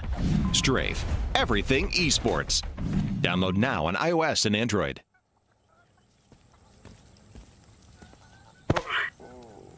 Oh, crap. Telling me that it's time to get down. Love, let's get naked, naked.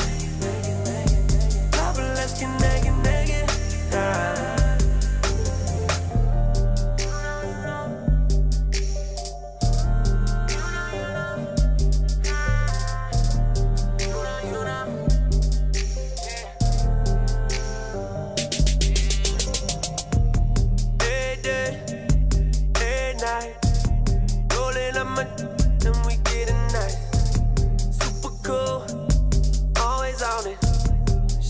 Swagger nobody ever saw, and we got that fun. Put it on down, and everyone wants what is going round now. Nobody knows, and that's how we do. Yeah, with this girl got me feeling right with her now. I can see all I want, you and me getting drunk, waking up, doing stuff. I'm trying so hard not to front. Oh, trying hard not to front. Oh, you come love and let's get naked, naked. Naked, naked. Come love and let's get naked, naked. Yeah, yeah, yeah, yeah. She always look at me, she always look at me, telling me that it's time to get down. Love and let's get naked now. Love and let's get naked now. Naked now.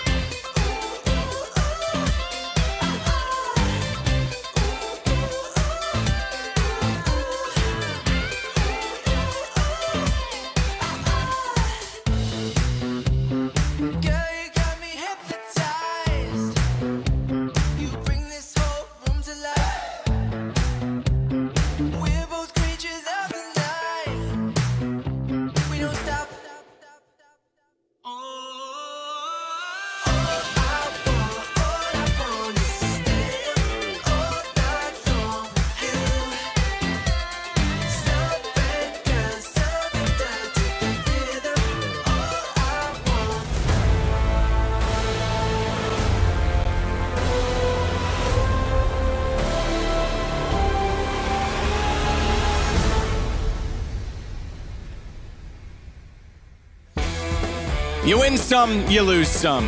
Many rounds won by Cloud9, but overall they lost the game. It was a comeback from SK, 10 rounds in a row, in fact, once they won with just an op and a few pistols. Henry's looking contemplative because we are about to jump into Cobelstone, and there's lots to consider. Having a look on the server as to who won the knife round, it seems like server conditions are good. Yeah, I think they're looking all right today, you know? It could be a good game. We'll forecast for one, I think. Nice. Either way, but it will be SK Gaming side on the T side here. This is their map pick. They've already won Cloud9's. Feel like that 2-0 could be very likely. It's Cloud9 who seem to have very solid CT sides, but the T sides where they're dropping off somewhat in the tactical game.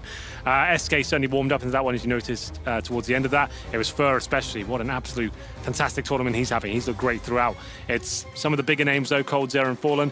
Fallen had his moments towards the end there, but coldzera was a little bit absent, I have to say, in that game. Yeah, not his greatest. The funny thing is, when you still say it's not his greatest, Cold's still sure reasonable. Not a bad game. It's still, yeah, contribution somewhere on the board, but Fur was the one, yeah. Phelps did have a bad game. I'll point that out. All right, fair enough. He was on like 5 for 20, I think, at one point, maybe 5 for 19. But hopefully he can bounce back. It's Cobelstone, their map pick, and we'll see if they can do it. Well, against North, this is the map they actually won, and North stole the other two, which we did not think was going to be the case at all. It was a completely backwards series. But if you want to call out Phelps, this was the map he was very good on. So perhaps he can replicate that success, I guess, yesterday, if you want to call it that, today. I'm sure we can see him get back into this series. But yes, if you're just joining us, this is the decider match so far, and we've already got 1-0 for SK Gaming. They win this one, they're through to the playoffs. They did lose to North in a surprise. I guess you can call it an upset, considering they won Cobelstone, which I think is North's best map. Then lost on Train, which is a map technically North don't really play that much at all. Absolutely true. What an amazing turn of events. But it looks like we are live, ladies and gentlemen. Cobelstone will be the second map of the best of 3. Cloud9, as I said, on the CD side. SK on the T side here. No upgraded pistols as of yet, but 2 smokes, Molotovs, flashbangs, and decoys. Fallen with the bomb. And you can see Taco. He has not invested anything into this round map. What is going on there? He was playing the second AWP on the CT side. I don't know if there's something in that, perhaps. But you're right, no investment at all from Taco is a bit of a curious thought. Seems to be a B hit from SK based on their setup. They're inside of the smoke. They already want to go out. Tarek is waiting. No wall, which means he can walk right back into the vision, walk straight back into a line of sight toward the terrace. Entering, gets the shot, so too does Rush from the E-box. Fallen finally strikes back for 1. Have to get a bomb plant down reasonably quick, though, because already the CTs are swarming and they don't even get that far. Cloud9 picks up yet another pistol. I say yet another. It's 2-1 now. They've won the 2 most recent pistols, but they get the good start here on Cobelstone. Yeah, not really much to report from SK there. Simple B play. 1 smoke deployed, flash over, pouring out towards the B bomb site together, but 3 frags from Rush. It's very good on the CT side of Train. Popping the heads off there. Not really much SK could do about it. No plant coming through, but Taco, he does go all in. He manages to get Deagle, head armor, smoke, flashbang. Guess there's one positive to not investing anything in the pistol. Get instantly wrecked. He's have an extra $800 into the next round. Boost from the CTs here. They'll be very defensive, trying to hold off the pistols here of SK, who are very, very good with the Deagles, CZs, and the Tech 9s, of course. That will be in the hands of Phelps. Taco backs off just a little bit after firing a few Deagle shots down towards Tarek. Cold, meanwhile, with the CZ, will wait over toward bottom and middle smoke out. Can't do much to block or deny it. I wish body blocking smokes was more of a thing. Yeah. More of a meta. It doesn't really do much, does it? Like, you can touch them, but still goes exactly where it should have done. Yeah. Well, it kind of holds up for a second, Yeah. but you can knock it off by like a few pixels, but not enough. JW, actually, for Fnatic, used to do it in the window of Mirage. And originally the meta, remember now it's all about the short smoke on Cat, then getting to the boxes, then throwing the smoke so that it lasts longer so you can get toward connector with more of a conceal. It used to be the meta was, and I'm talking like X Games 2015, was instantly just throw the window smoke from spawn and rush mid as quick as you could, and people discovered that timing didn't really work, but JW used to try and body block it. To which then TSM found out, or actually then Dignitas, then TSM after that event. Tarek takes down Fallen on the way through. Straightforward. The buy from Fur onto an MP9 is curious because he does love the gun, but goes down. It was Dignitas at the time that figured out he's body blocking that smoke every time. Why don't we bait him into body blocking it and we'll just shoot him as he's doing it? And then that became the thing, and that's how they actually beat Fnatic in that Mirage game. Well, there we go. SK Gaming there trying to get towards the B side once more, but shut down by the Famises. And no bomb planted once again means the full eco now for SK. 2-0. Nothing really invested into this round. Taco brings a P250. That's about it. One flashbang. Head towards B again. Try and get a plant here. Disappointing in that regard, of course, by not getting a plant at all. But Rush finds yet another kill. 4 to his total now. And he's just finding lots of money here with that UMP. Skadoodle will get Phelps back through the wall. For again, last alive. Take the bomb and throw it at someone. I heard it works like a grenade if you do that. Do it, Fur. Just throw it at him. Reasonable try. Not even remotely close to a reasonable try, but it's 3-0 Cloud9. They'll go back into the guns. But so too in joining them will be SK because they've got AKs out. They'll get 4 or 5 AKs because there's only 4,304 fallen. It's not like you can consider anything different. So go immediately onto a full rifle setup with decent utility as well. Smokes for all 5. And a split 3-2 out of spawn doesn't necessarily suggest a fast wall on B. No, this will be more of the default here. Try and get that long A control. It's normally Phelps and Fallen. That's very quick from Phelps to get to this area. I think they'll be aware as to this being a possibility. Phelps can buy enough time to Fallen though. He can for the backstab, but it doesn't look like he wants it just yet. Phelps will stay alive. CT decided to fall back. It's not really worth their time. Not worth the risk perhaps, so they can pull the boost. Boost is coming back and more into the fray, it seems. It's going to be the M4 put up as well. I was half thinking the AWP. I could see it maybe just being good enough for one and then drop to safety, but they'll leave the AWP to watch long. Yeah, it makes more sense because you have the AWP add towards the APC, right? Covering long and then backing up the retreating M4 player. I just like to be unorthodox. Turret. I'm the one and done kind of guy. I do this really nifty play, it works, and then there's no escape plan and it falls apart. But I got that one kill. Well, 1 minute remaining now. Phelps and Fallen looking more comfortable this time. Bomb is towards long A. This is the strategy, I think, where we go towards drop down with one player. That's looking like to be Taco. He'll try and get one frag towards that area. And then his teammates were ready to go towards middle. They'll smoke towards connector. Try and Molotov towards the balcony area. Go together. Taco's actually joining them. Nothing towards drop down whatsoever. They've got a couple of smokes remaining. Flashbangs as well. CT's ready for it though. Skadoodle still watching long A. Automatic backing him up on the site. He's hit his first shot, but the flashbangs are decent. Oh, I think he gets spotted going to the barrels. That's going to put pressure onto him because now they all know he's there. He was smart to read toward the half wall, and he's also looking for the wraparound with the flash. Duration too long, slightly too long. As Taco finds automatic after only getting one. It's traded back by Tarek, but it's still the advantage for SK is cold. You can see the flames, the muzzle firing off from inside of the hut. Tarek's able to trade it back again, but it's still the man advantage. They know where he is. They almost lined it up. If he had hit headshots, it would have been a straight kill for both. But they get the shot back from the SK side. Good lord, be careful there, SK. That could have been an absolute nightmare for them. But they hold strong just about. Tarek can't line them up, and they win their first round. 2 players surviving. Makes things a little bit uncomfortable in terms of the rebuys. Cloud9, they bring out the double AWP setup. Nice and early as well. Skadoodle and Stewie this time. Timeout. Looks to be tactical here from the SK boys. Just discussing what they can do going forward. They're one of the few teams that don't have a professional coach. I was just thinking the same thing, because the timeouts, it's just Fallen getting more time to talk to his troops because he can talk to them at any time that he likes. Obviously, when they're at the very peak, I guess, the double major run, that's when they had Zeus behind them.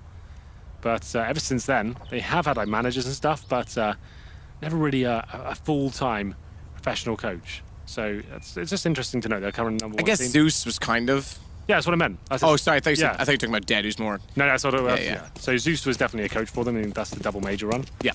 But yeah, Dead, more of like a kind of managerial sort of role, holding everything together. Yeah, exactly that. Good friends with everyone, knows the personalities, balances them, and helps take care of anything they need.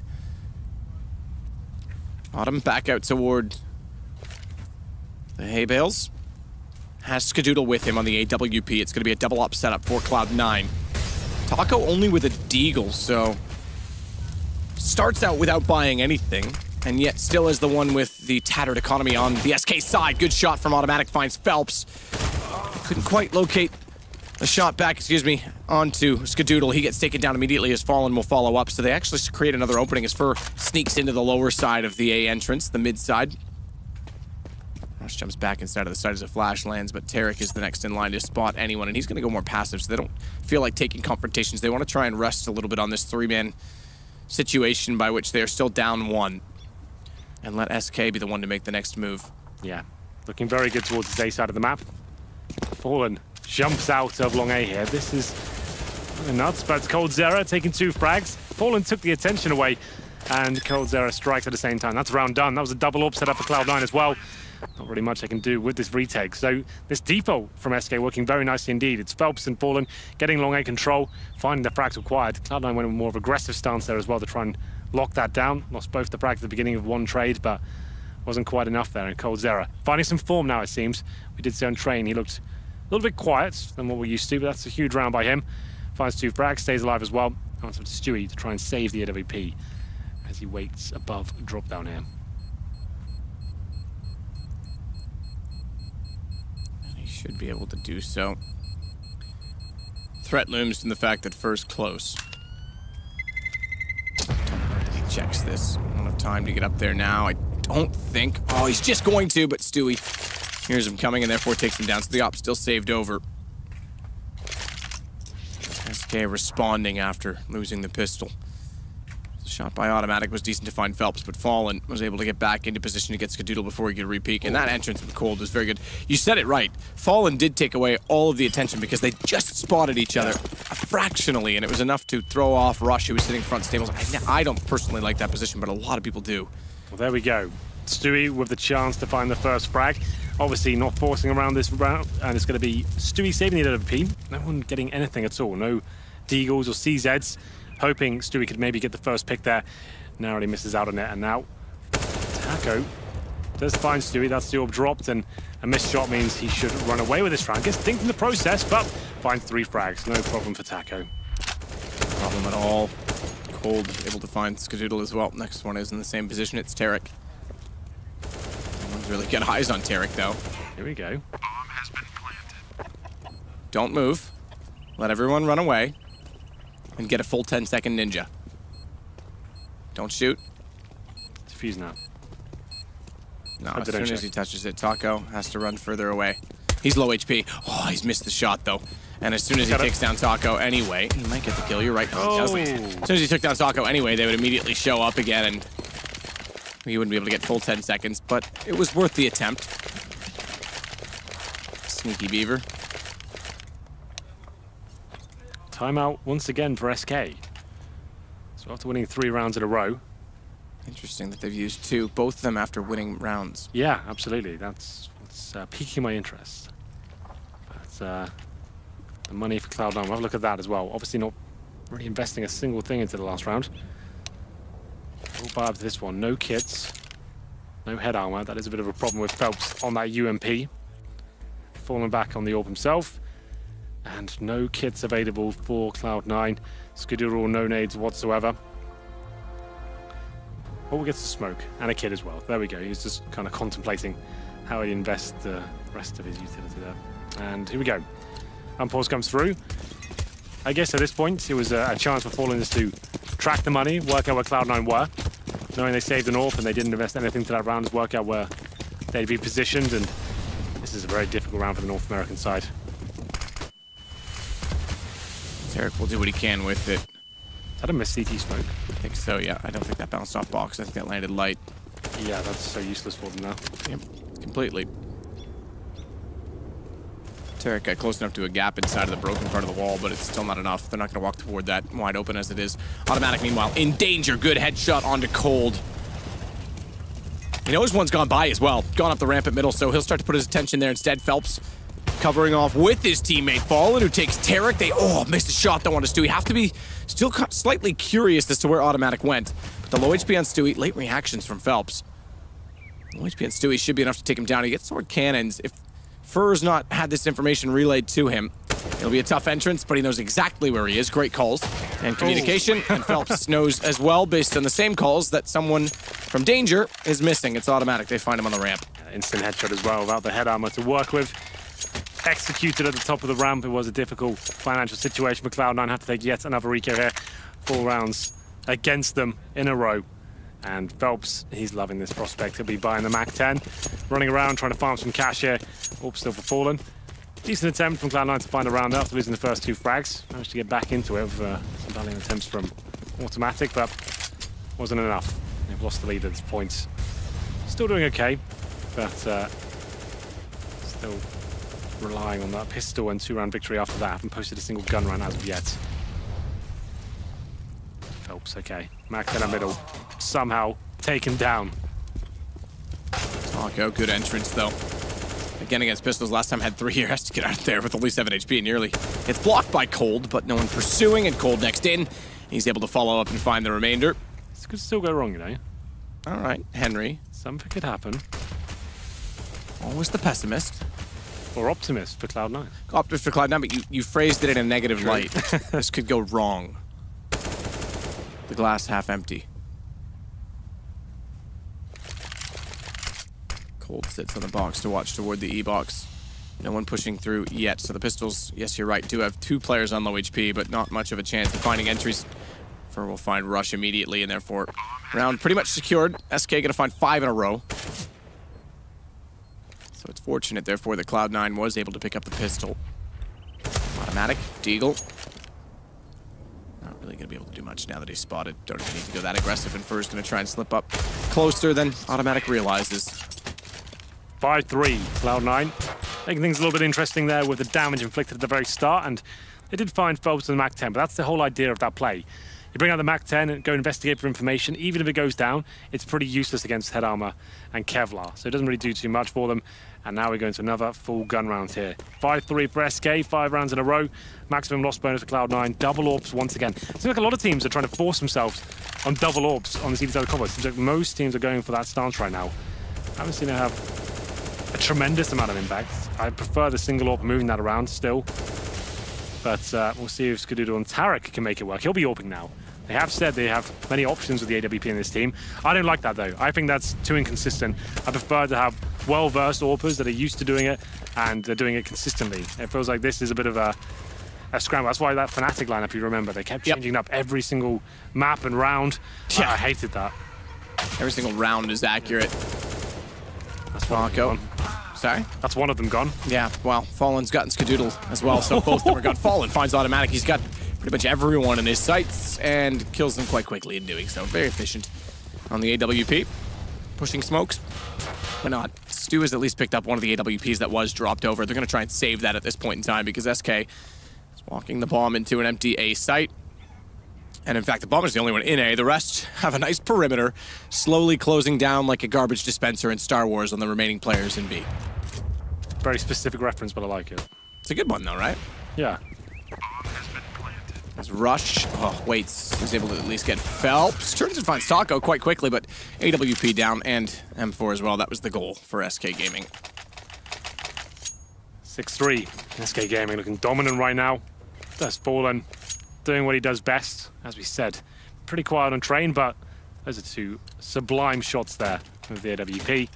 Gets the third as well through the door. Not too bad. Has to be another eco now for the boys in Cloud9. CZs, PT50s. Haven't seen them do too much with the pistols so far, apart from winning the initial round, of course. But SK looking very comfortable now. This is their map pick, just to reiterate as well. If you're just joining us, we kick things off in train. Cloud9's pick, it felt like, again, they should have won that. They were like, what, 13-8 up at one point? And 6, if I'm not 36, mistaken. right? And it went horribly wrong. SK got back into it. Just completely crushed them on the CT side. Cloud9 with 4-0 start. Just couldn't get anything tactically rolling for themselves. Smoke into the depths of mid to allow SK, at least toward danger. Watch the stack. The beehive, as you call it, Henry. Rush. Good crossfire set with Tarek. They'll know that he's there. He'll back off, but they get the AK. Only for a moment. They get the AK. Yeah, they touched it. Fingerprints are on it, though. That's all that you need for incriminating evidence.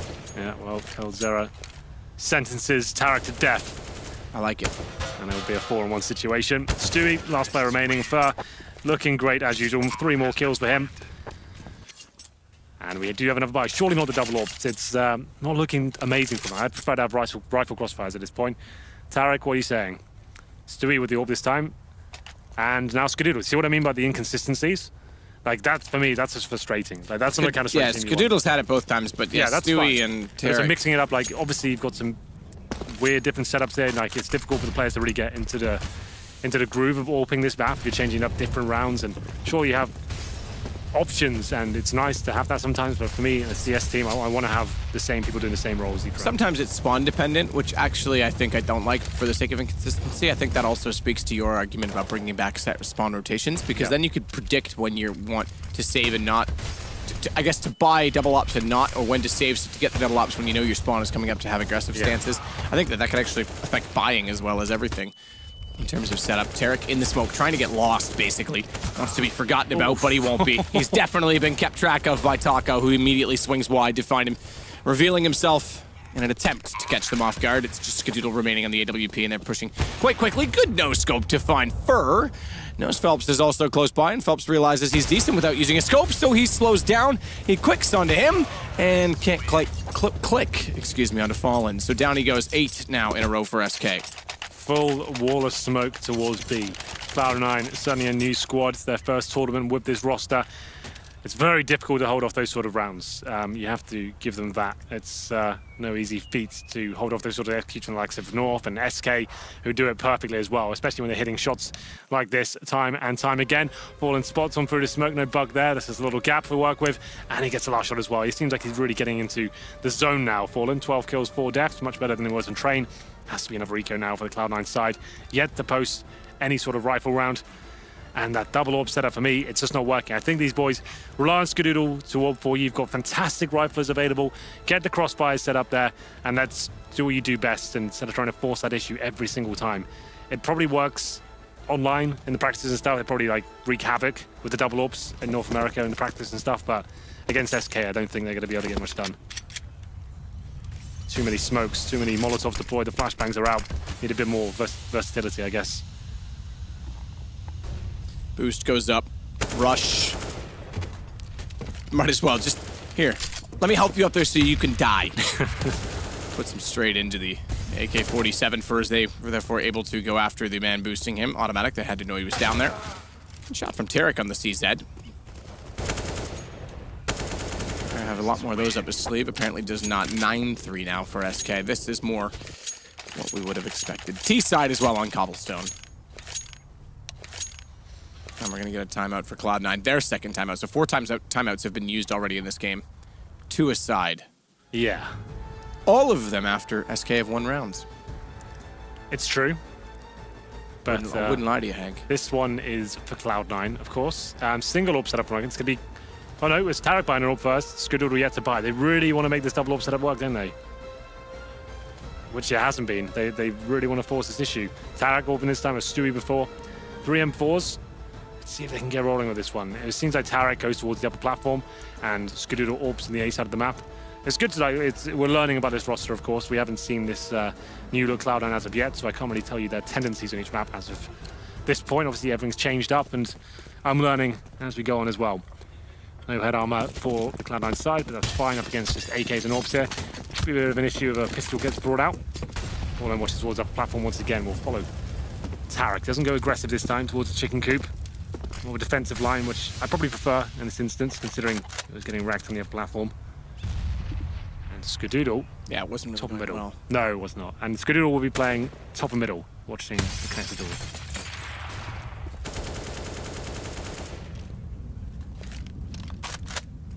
Bomb was dropped temporarily for Fallen to regrab. He's holding bomb on AWP, which suggests he'll look for long angles and let the AKs do most of the work on entry to clear the site.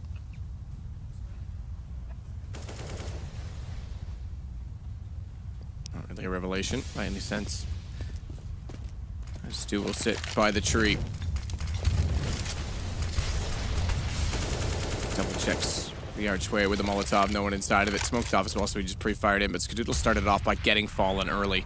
So he did look for the longer angle, but didn't quite get what he wanted. Tarek on his AWP is still holding from Chicken Coop. This may allow Rush to rotate earlier, but they have to consider drop because, again, this is the play where Taco is the one that wants to be the man down, the last man down. Run boost for Fur, the bottom of mid, gets him up the ramp a little bit further, but still they have to contend with the fact that the AWP is at the back of the site. Automatic elevated by the HUD as well on the platform itself would be able to see him, and does. Just spots his head going by. Now his element of surprise is gone, but again, the same flash catches off Skadoodle, and nearly they get the headshot on the second player. Automatic with a second flash that came over, but he just barely was saved by the wall. Cold, meanwhile, does find him, but he's exactly got to get inside of the site. He goes back to try and find his way. Can't get there. There we go. Finally working out for Cloud9. The double up setup yields some fruits. It was Skadoodle this time, a lot more defensive, holding top of middle instead of pushing towards long A, and Tarek fighting at the upper platform. They've made an adjustment. It seems to be working as well. So finding that initial frag, taking down a key player towards middle, allowing them to have some time to fall back and not get completely overrun by the brutal aim right now of SK Gaming. Holding up in more of those crossfires, and we'll see whether it works out as we get to round number 14. We can still get 9-6 here. Then we've got a game on our hands. 11-4. I wouldn't really be relieving. There we go, round number 14. Tarek once again, defensive line, holding towards Chicken Coop. Fallen, waiting for anyone to make a mistake and face that upper platform. They're not smoking platform at the very start of the CTs. Well, smoking kills. Yeah, well, that's true. Frugal with their smoke grenades. Towards middle. Goes in towards danger as well. That bounced smoke covers the connector doors, but Skadoodle hasn't been phased just yet. No hold yet. Flashbangs don't get him either. Trying to find the first pick. This time, a bit more aggro. Wants to get that first kill once again, which he probably will. Narrowly misses out on it.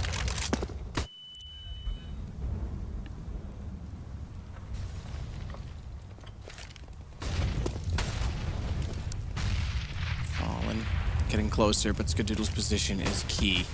Slightly late to catch anyone going inside of the ramp, but if he wanted to be audacious about it, he could push around behind them. A good find from Phelps. Skadoodle, recognizing there's still one more toward long, is going to try and get through the smoke, but Phelps has the advantage on the AK. Skadoodle therefore positioned so that no matter where he walks through, it's not a far flick to find a no-scope, and the proximity is reasonable.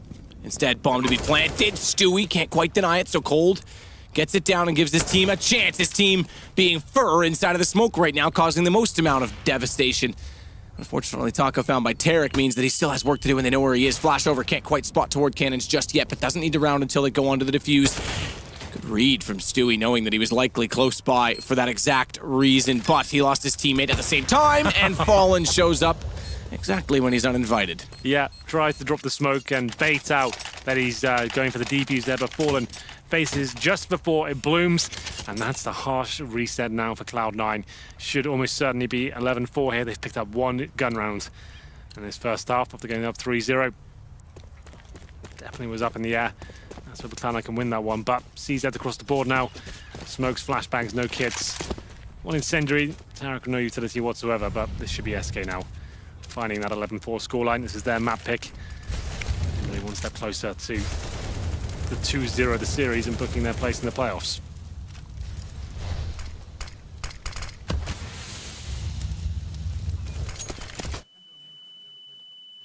Phelps will work his way through the smoke. Well-timed flash to catch Fur, who looked like he might have a little bit of aggression in him to push through and try and take over middle. Meanwhile, Phelps goes wrapping around at danger.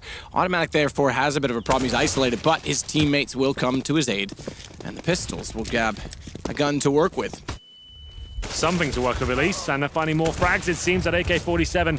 Finding the second one. It's up to Fallen now with the Tech 9 in hand. AWP out now. Misses the shot. The boost works out quite nicely. This could be the round stolen away by the North American side. Down to the 4-on-2. Cold Zero and Taco left. Quite the formidable duo. Bomb down. Cloud9 plenty to work with here, but the gun has fallen. Cold will continue to push around. Automatic in the corner. Just the pistol. 13. Cold nearly got close enough to spot it, but he knows that there's like to be a crossfire with the Pistols and gets baited into it. He so nearly read it and got it right. Could have been glorious, but that should be it. He nearly read it, but he was 4chan. But he was what? But he was 4chan. Oh, I see. Nice. Don't ruin it. Just go with it. Yeah, I get it. Taco got automatic back, however. But considering they were against Pistols, that's not gone well. 10-5. You said if they got toward that scoreline, they might have a chance. Well, they've done exactly that. SK did not win the pistol. Cloud9 did, and yet they only find the 5 rounds. So good half altogether, but still work to do. Still a lot of work to do. Wasn't the most convincing of halves there for Cloud9. As we pointed out a few times, they did win the pistol in convincing manner. 3-0 after that, and they get one gun round and a force by victory with the CZ there. But still, enough to work with there. That's not the worst scoreline in the world. But up against SK and the form they're in right now on their map, I'm still not feeling too hopeful for them. They can win the second half pistol, which they have been looking very promising in. I'm sure there's still a chance for the Cloud9 boys. We'll go into the second half. Any moment now. Stewie looking a little bit exasperated. Yeah, not exactly stressed. I think he is looking stressed. It's not exactly calm, relaxed, looking like he needs definitely to win this game. They do need to win this game if you're not familiar with the situation we are currently in. It's a best-of-3 decider match between SK and Cloud9. North already advanced yesterday. In fact, our first team to the playoffs, but they advanced from this particular group.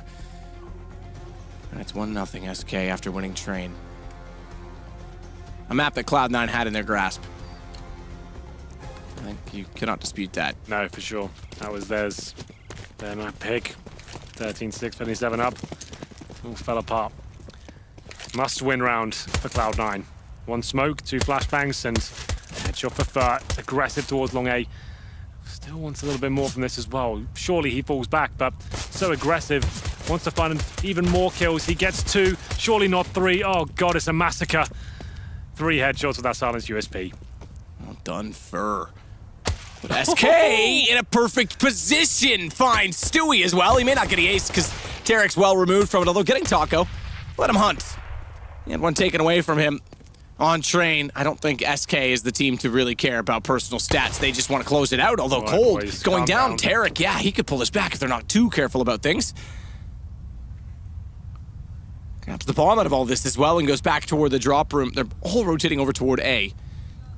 Goes down, Phelps spots him, backed off. Tarek puts some damage in, but Phelps will close it. They've had enough. It goes 11-5 for SK at DreamHack Masters in Malmö.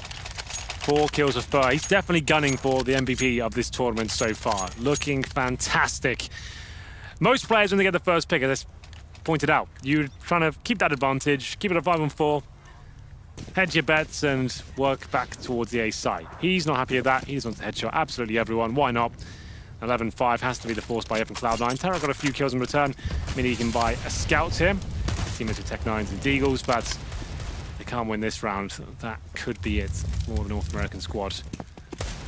See if they can inflict any damage here. They certainly can towards Fallen as he goes down to 30. He'll be falling back along A here, presumably towards the side itself and have a tighter angle. Have a boost towards mid. Ooh, who's going up? Nope. It'll be Cold Zera. Makes sense, he's got the HP.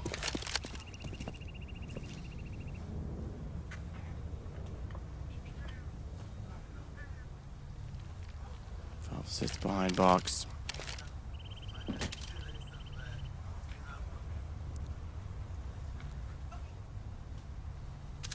Scout for Tarek. Right, attempt to fire toward Phelps, but can't land the shot.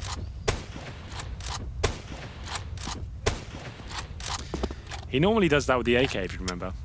It's true. Yeah, actually, that's a very good point. Yeah. Before the stairwell was put in place, he used to spray everyone down through the box because you had to be boosted up. It was very predictable as to where you'd be playing if you're on the platform. When the stairs got added, changed things, but Tarek still went back and nearly made it work. Go towards middle now. Like I said, good damage inflicted here, and they're going to get a couple of frags working in their favor. Make it 3. 4-on-2 situation. Phelps and Taka to try and recover this one, but it looks like it might be done. Stu takes down Taco. On planted though for Skadoodle, so Phelps. Work to be done. Cloud9. A lot of ecos in this game. They could find one of their own right now. Looks like they will as well because Phelps is backing off already. So a good win from Cloud9 to give themselves round number 6. Take some momentum immediately onto the second half. Remember, they delivered an eco themselves toward SK to start off on Train. Exactly what they needed. Phelps will at least try and get some of the guns down before they carry them over, but round done. Cloud9, take it. Just need a round there for Cloud9. 11-6. That could have been the full eco for them, so get some of the lifeline at least back into Cobelstone here. There's the replay of the scout play from Tarek. Getting a few kills in the pistol, and he could bring that weapon out. A little knife stab as well for Stewie to finish things off and have a $1,500 in the bag. He brings out the AK-47. He gets a nice full buy that added boost to his economy. And a brave team. Not necessarily a full investment from SK. Fur and Cold Zera go all in with armor, upgraded pistols, but I'd consider this an eco.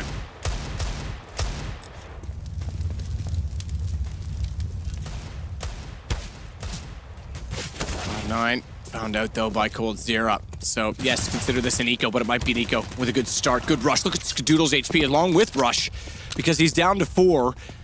Skadoodle with only 1. The pistols could actually find more space. The one thing that's going to save Cloud9 in this, if anything, is that they've not been able to pick up any rifles or guns, SMGs included, from the kills that they've gotten so far. If they had, it'd be a dire situation to be in. As such, automatic becomes the hot hand in the round.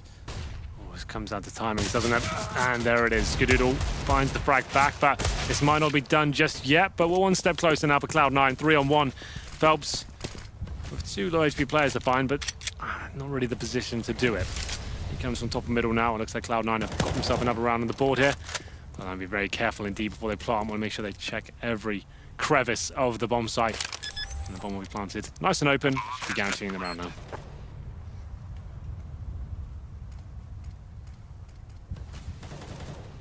Phelps with the CZ. So close yet so far in this round. As you said, it came down to timing in many ways. Skadoodle able to pull off a 1 HP kill that, if he'd gone down, could have changed things quite considerably. Either way, Cloud9 will go to round 7, be within 4. SK's not out of the woods just yet. Can't see the forest from the trees. Henry G. Well, Phelps, he'll survive. He's got head armor as well, Matt, so that's something. Picked up the Scout. Scoot as well. Sir Scoot. Give that to Fallen. Good enough Rico for them. Still in a decent position here. It's their map. CT side now, they're very good indeed, but Fallen, 16 kills, 8 deaths, having a bit of a blinder. Phelps, he's on 6 kills, 12 deaths, Matt. So he still is somewhat absent, like he was on train as well. I think he was on like 5 kills and almost 20 deaths on the first map. Not his best tournament to date. For again leading the way. Yeah, he's been fantastic, like I said. Probably gunning for the MVP so far. To do that, they've got to win the tournament, and to do that, they've got to make it to the playoffs. And to do that, they have to win this game. Or the next one. Or the next map. Series. I was going to say beat Cloud9, Henry. I should have just gone with that. Yeah. I don't really think ahead. Pretty much ever, actually, when I think about that. Stewie gets inside of the drop. One jump as well from automatic, perhaps baiting out the 2 players had gone down, but Stewie inside. He's going to spot up Phelps, runs back around. Phelps, however, did get automatic beforehand, so it's a costly trade, considering they are against the pistols. But still, they maintain the man advantage on the Cloud9 side. Flash back out. Stewie jumps in, spots one on the windowsill, knows that even though he's committed to that kill, he's likely to be pushed from his left side, reads it well, and takes down both Cold and Taco. Simultaneously, it's only just 4 remaining now for SK, and we're going to be to 11-8.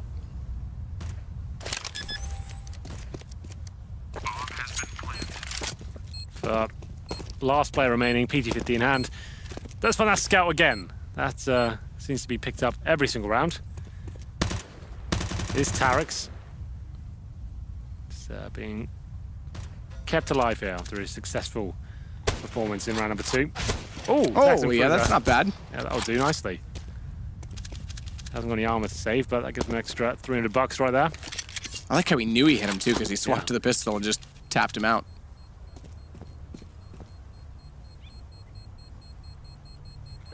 For just waiting for anyone else to walk in. Player slowly approaching Tarek, by the way, from long A, but won't get that far, so he'll carry the Scout over. The Scoot, sorry, Henry. Thank you for correcting yourself. To carry it over at least one more round. Well then, round number 20. Cloud9 do get 3 in a row, but now it's a double orb setup of Taco and Fallen. We saw this in train, and we'll see if it works out once more. But heads towards long A. He's been definitely a nuisance for Cloud9. It's towards danger, looking for the fast mid approach. Smoke to block his vision as of yet, but Rush, he heads in towards long for the default round. I've already flashed over, get some long A control, push towards danger, get the CTs back towards the A site, and then see what options are at that point.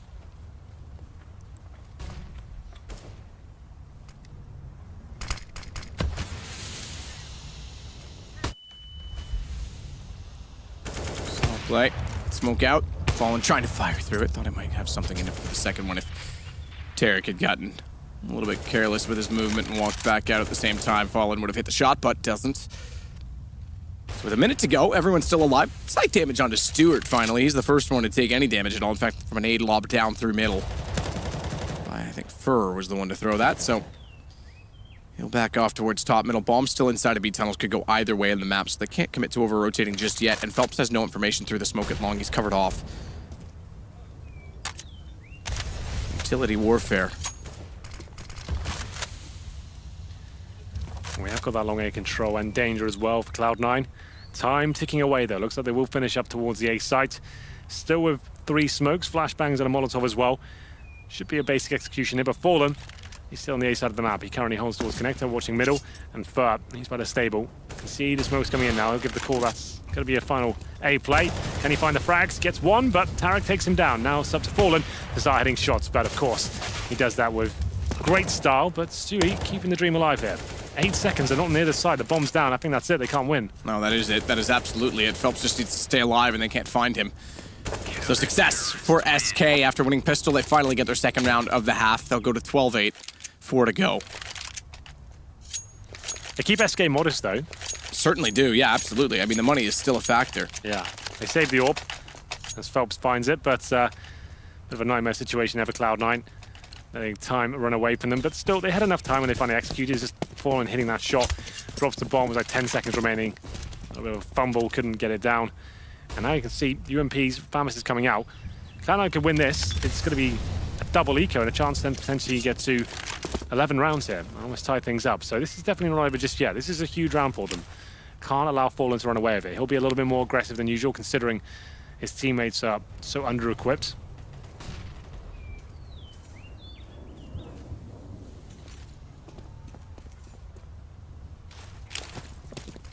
Over. Well thrown, but not fast enough, not soon enough, as Fallen is able to find Stu jumping through.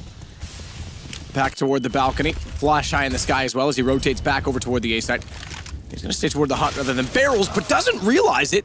He certainly could see Tarek in the open, but obviously wasn't quite keeping his attention in front of him rather than perhaps on the radar as he positioned himself, because Tarek was able to get alignment and get the shot. Doesn't matter though. Taco walks back into the site and finds Skadoodle and Rush. 13 now SK and 3 to go. Money is established as well with that round. Yeah, they're in much better shape now. That was huge for SK. It pretty much solidifies their chance of taking map number 2. Lovely work here by Taco and co, pushing through the smoke. Brave, of course, finds 2 frags. Stepping up was Fallen, getting the initial kill, getting the information as well. And now this could be for Cloud9, their final buy here. Get an AWP on Skadoodle, but he's got no armor to work with there. Automatic with no weapon apart from the CZ. But feeling I can go a little bit more aggro here as he gets the AK-47, watching towards those mid doors. Fallen tries to take the first shot, but it's Phelps to go down first. That was a shot by Tarek towards the upper platform. I think that was through the smoke. It's classic. That is actually 100% the Tarek. Yeah, spamming the smoke at the platform. Have a look as to where Phelps actually dropped. Okay, so yeah, he was trying to jump up by the smoke, and I walk across. He had the UMP still. You have such a different ragdoll than our spectator model. The spectator model had him doing like an Antichrist, like drop down, hanging upside down. Yeah. Yours is in a completely different position. I've got some positions for you. Right, okay. That came out of left field. But do go on, please. No, I'll save it later. Okay. 5 and 4. Skadoodle, like I said, no armor. Needs to be very careful here to try and get that opening pick. Something for his team to work with. But look at the A site. No CT presence there whatsoever. Automatic by himself and drop down right now. If he can get 1 kill, do something with the CZ, A is open for business. Fallen though, he's in the connector, falls back towards A, looking for any crossing players, but Cloud9 make their way towards stables as well. This is looking promising for them. Already at the top of the wall as they enter with bomb.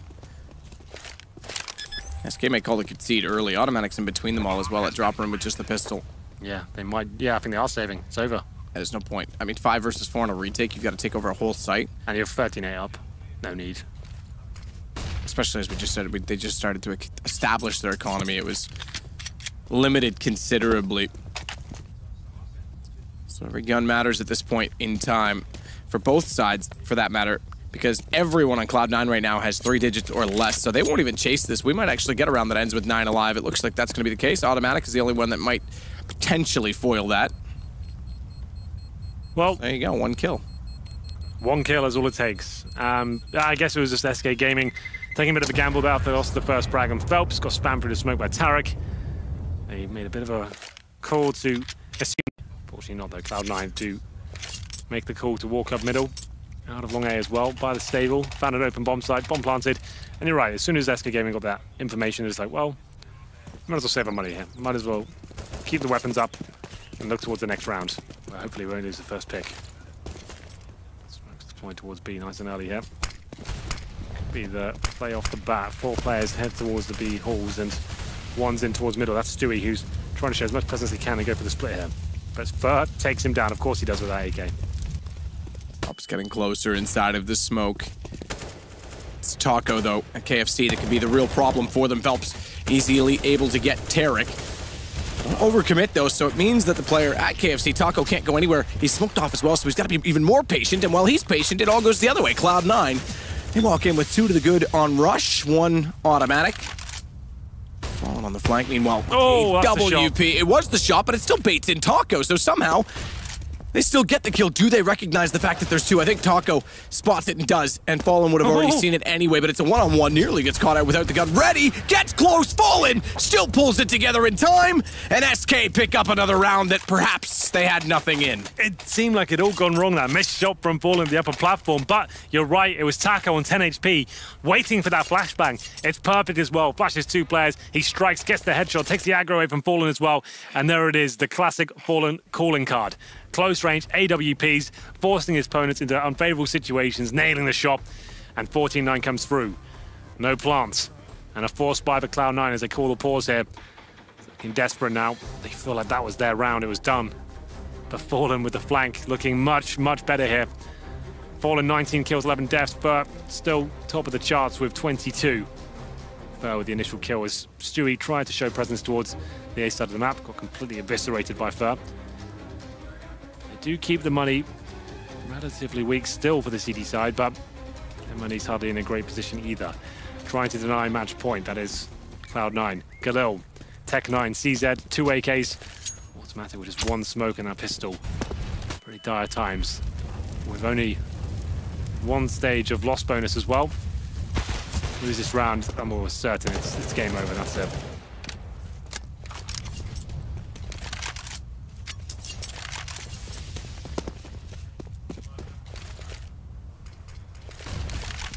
Fallen waiting, knows they're getting closer, finds Tarek, goes for more.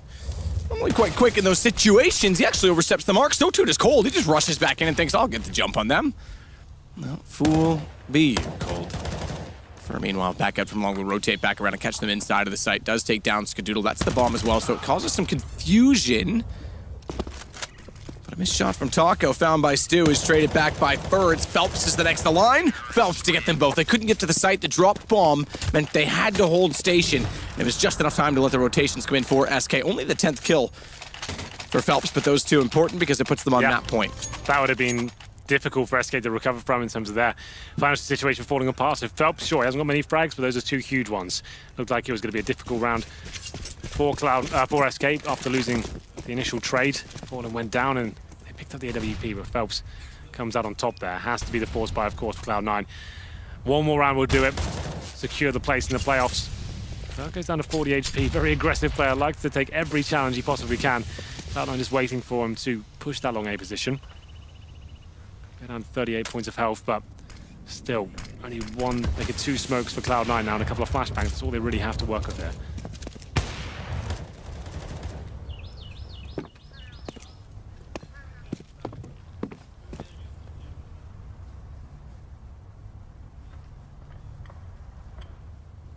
Fallen.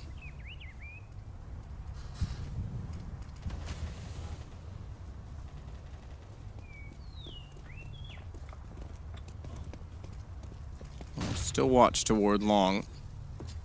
With Cold boosted.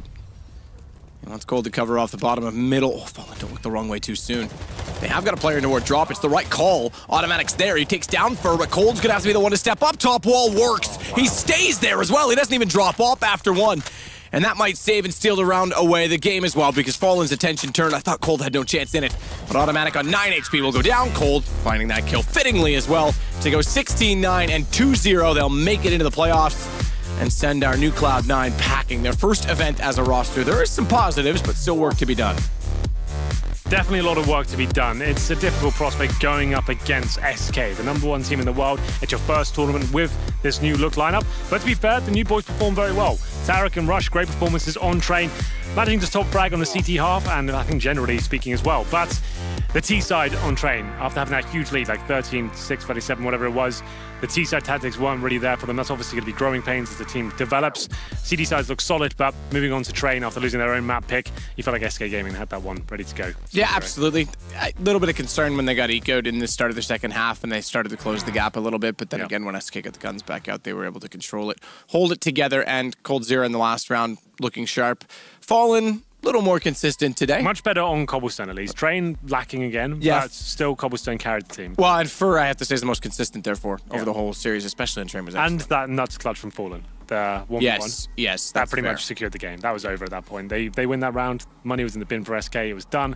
But SK, well, Fallen, of course, close range AWP. That's normally where he does his best work. Nails that shot and the dreams of Cloud9. Well, speaking of best work and nailing the interviews, it's Smix. She's always good at them. That's what I was trying to say. I didn't really think that one through, but Smix, over to you. Fantastic throw, Matt. Thank you very much. Congratulations, Fallen. SK is finally moving on to the round of 8. Maybe not as easy as some people expected, but how is the team itself feeling right now after the past 3 days of ups and downs? Hello, everyone. I think we are starting to play a little better. When you go back from vacation, when you go back from a break, it sometimes takes you a little bit of time to get back in shape. And for me, personally, I think after the clutch I made on train, I felt like my game was back and I could start helping my team a little bit more. And we are feeling the way we always feel when they play in tournaments. It's never over until they disqualify you, until they send you home. So despite the loss yesterday, we watched what we did. We talked about our mistakes and we have a great atmosphere on work on the problems. That's why I think this team is so good. Every time we have some problems and we lose matches, we understand and fix things fast. Well, speaking of fixing things in the past, Train yesterday, I think North surprised a lot of people by adding that to their map pool and winning over you guys. What are the things you learned from that loss that perhaps helped you in the win against C9 today? I prefer not to say too much about that, but that's definitely some meta change that's changing on Train, and we have we needed to make some changes, and we did on this map. And of course, every single loss teaches you something, and the loss against North wasn't different. We watched the match and saw which positions we should take differently and how we should approach some strategies, and it paid off on this game. I mean, they were winning 4-0 and then us this side, and I think we did a pretty much amazing CT side after that. I know, Fallen, that you have a lot of experience playing against Cloud9, most recently at the ESL Cologne finals. How does this C9 feel in comparison to the other lineup? I think the C9 is really promising. They're very good players. All of them, they can change matches very fast, and they played super well. The match wasn't easy in any aspect. I think they matched a very good SK today, and that's why I think they're going home. But they could do way more damage against other teams, and if they played us yesterday, maybe they would win. Well, obviously, moving forward, there's a lot of fantastic teams here. Other than Astralis, who you already have a long-standing rivalry with, are there any other teams that you're focusing on or maybe impressed by? I think the teams that always impress us is the teams that are getting to the top. And I think we're going to play the winners from G2 Immortals, which is G2. So we have one more rock to take away from our path, because G2 is a very difficult opponent for us. So it's going to be very challenging. Well, congratulations again, Fallen. Best of luck in the Malmö arena. And with that, it'll be the Brazilians sending the Americans packing as they move on to the quarterfinals. Always interesting to hear Fallen's insight into how the game went for him. Of course, steering clear of the train question. We'll be talking about that this time with my analysts. I'm joined by Sponge, Pimp, and YNK. Myself, Machine, going to be hopefully guiding this conversation in an interesting direction. First of all, actually, we are going to keep on track. We are going to follow that train of thought. Hey, hear what I did there?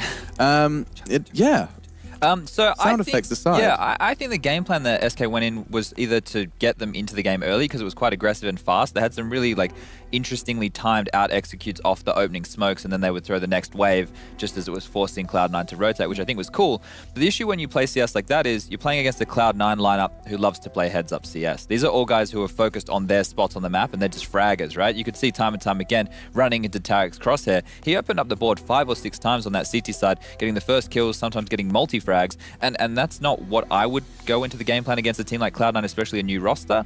If you play a slow, methodical style, you make them force all of their utility out, and then you get a pick, then they're going to rotate, they're going to get confused, someone has to make a play, communication breaks down, you're SK, best team in the world, you collapse on them and win. It was closer than I think it had to be, but SK got it done in the end. Yeah, in the end, I mean, 16-13 if you didn't quite catch it. 16-13, again, they said they watched the demo from North, and so, I mean, I don't know how much evidence we're going to be able to identify, but they certainly must have felt that there was an improvement. Jacob, what did you make of Train all round? I think they played pretty well, C9, and as Chad said, like the CT side was pretty impressive. As he also correctly pointed out, like SK didn't play the way they normally play, and I think there was a lot of opportunities for SK to change that up. But I think that's down to the fact that SK are not confident in their Train right now. You know, they sort of like lost that confidence after going up and knowing they were so good on it. So now it's a map they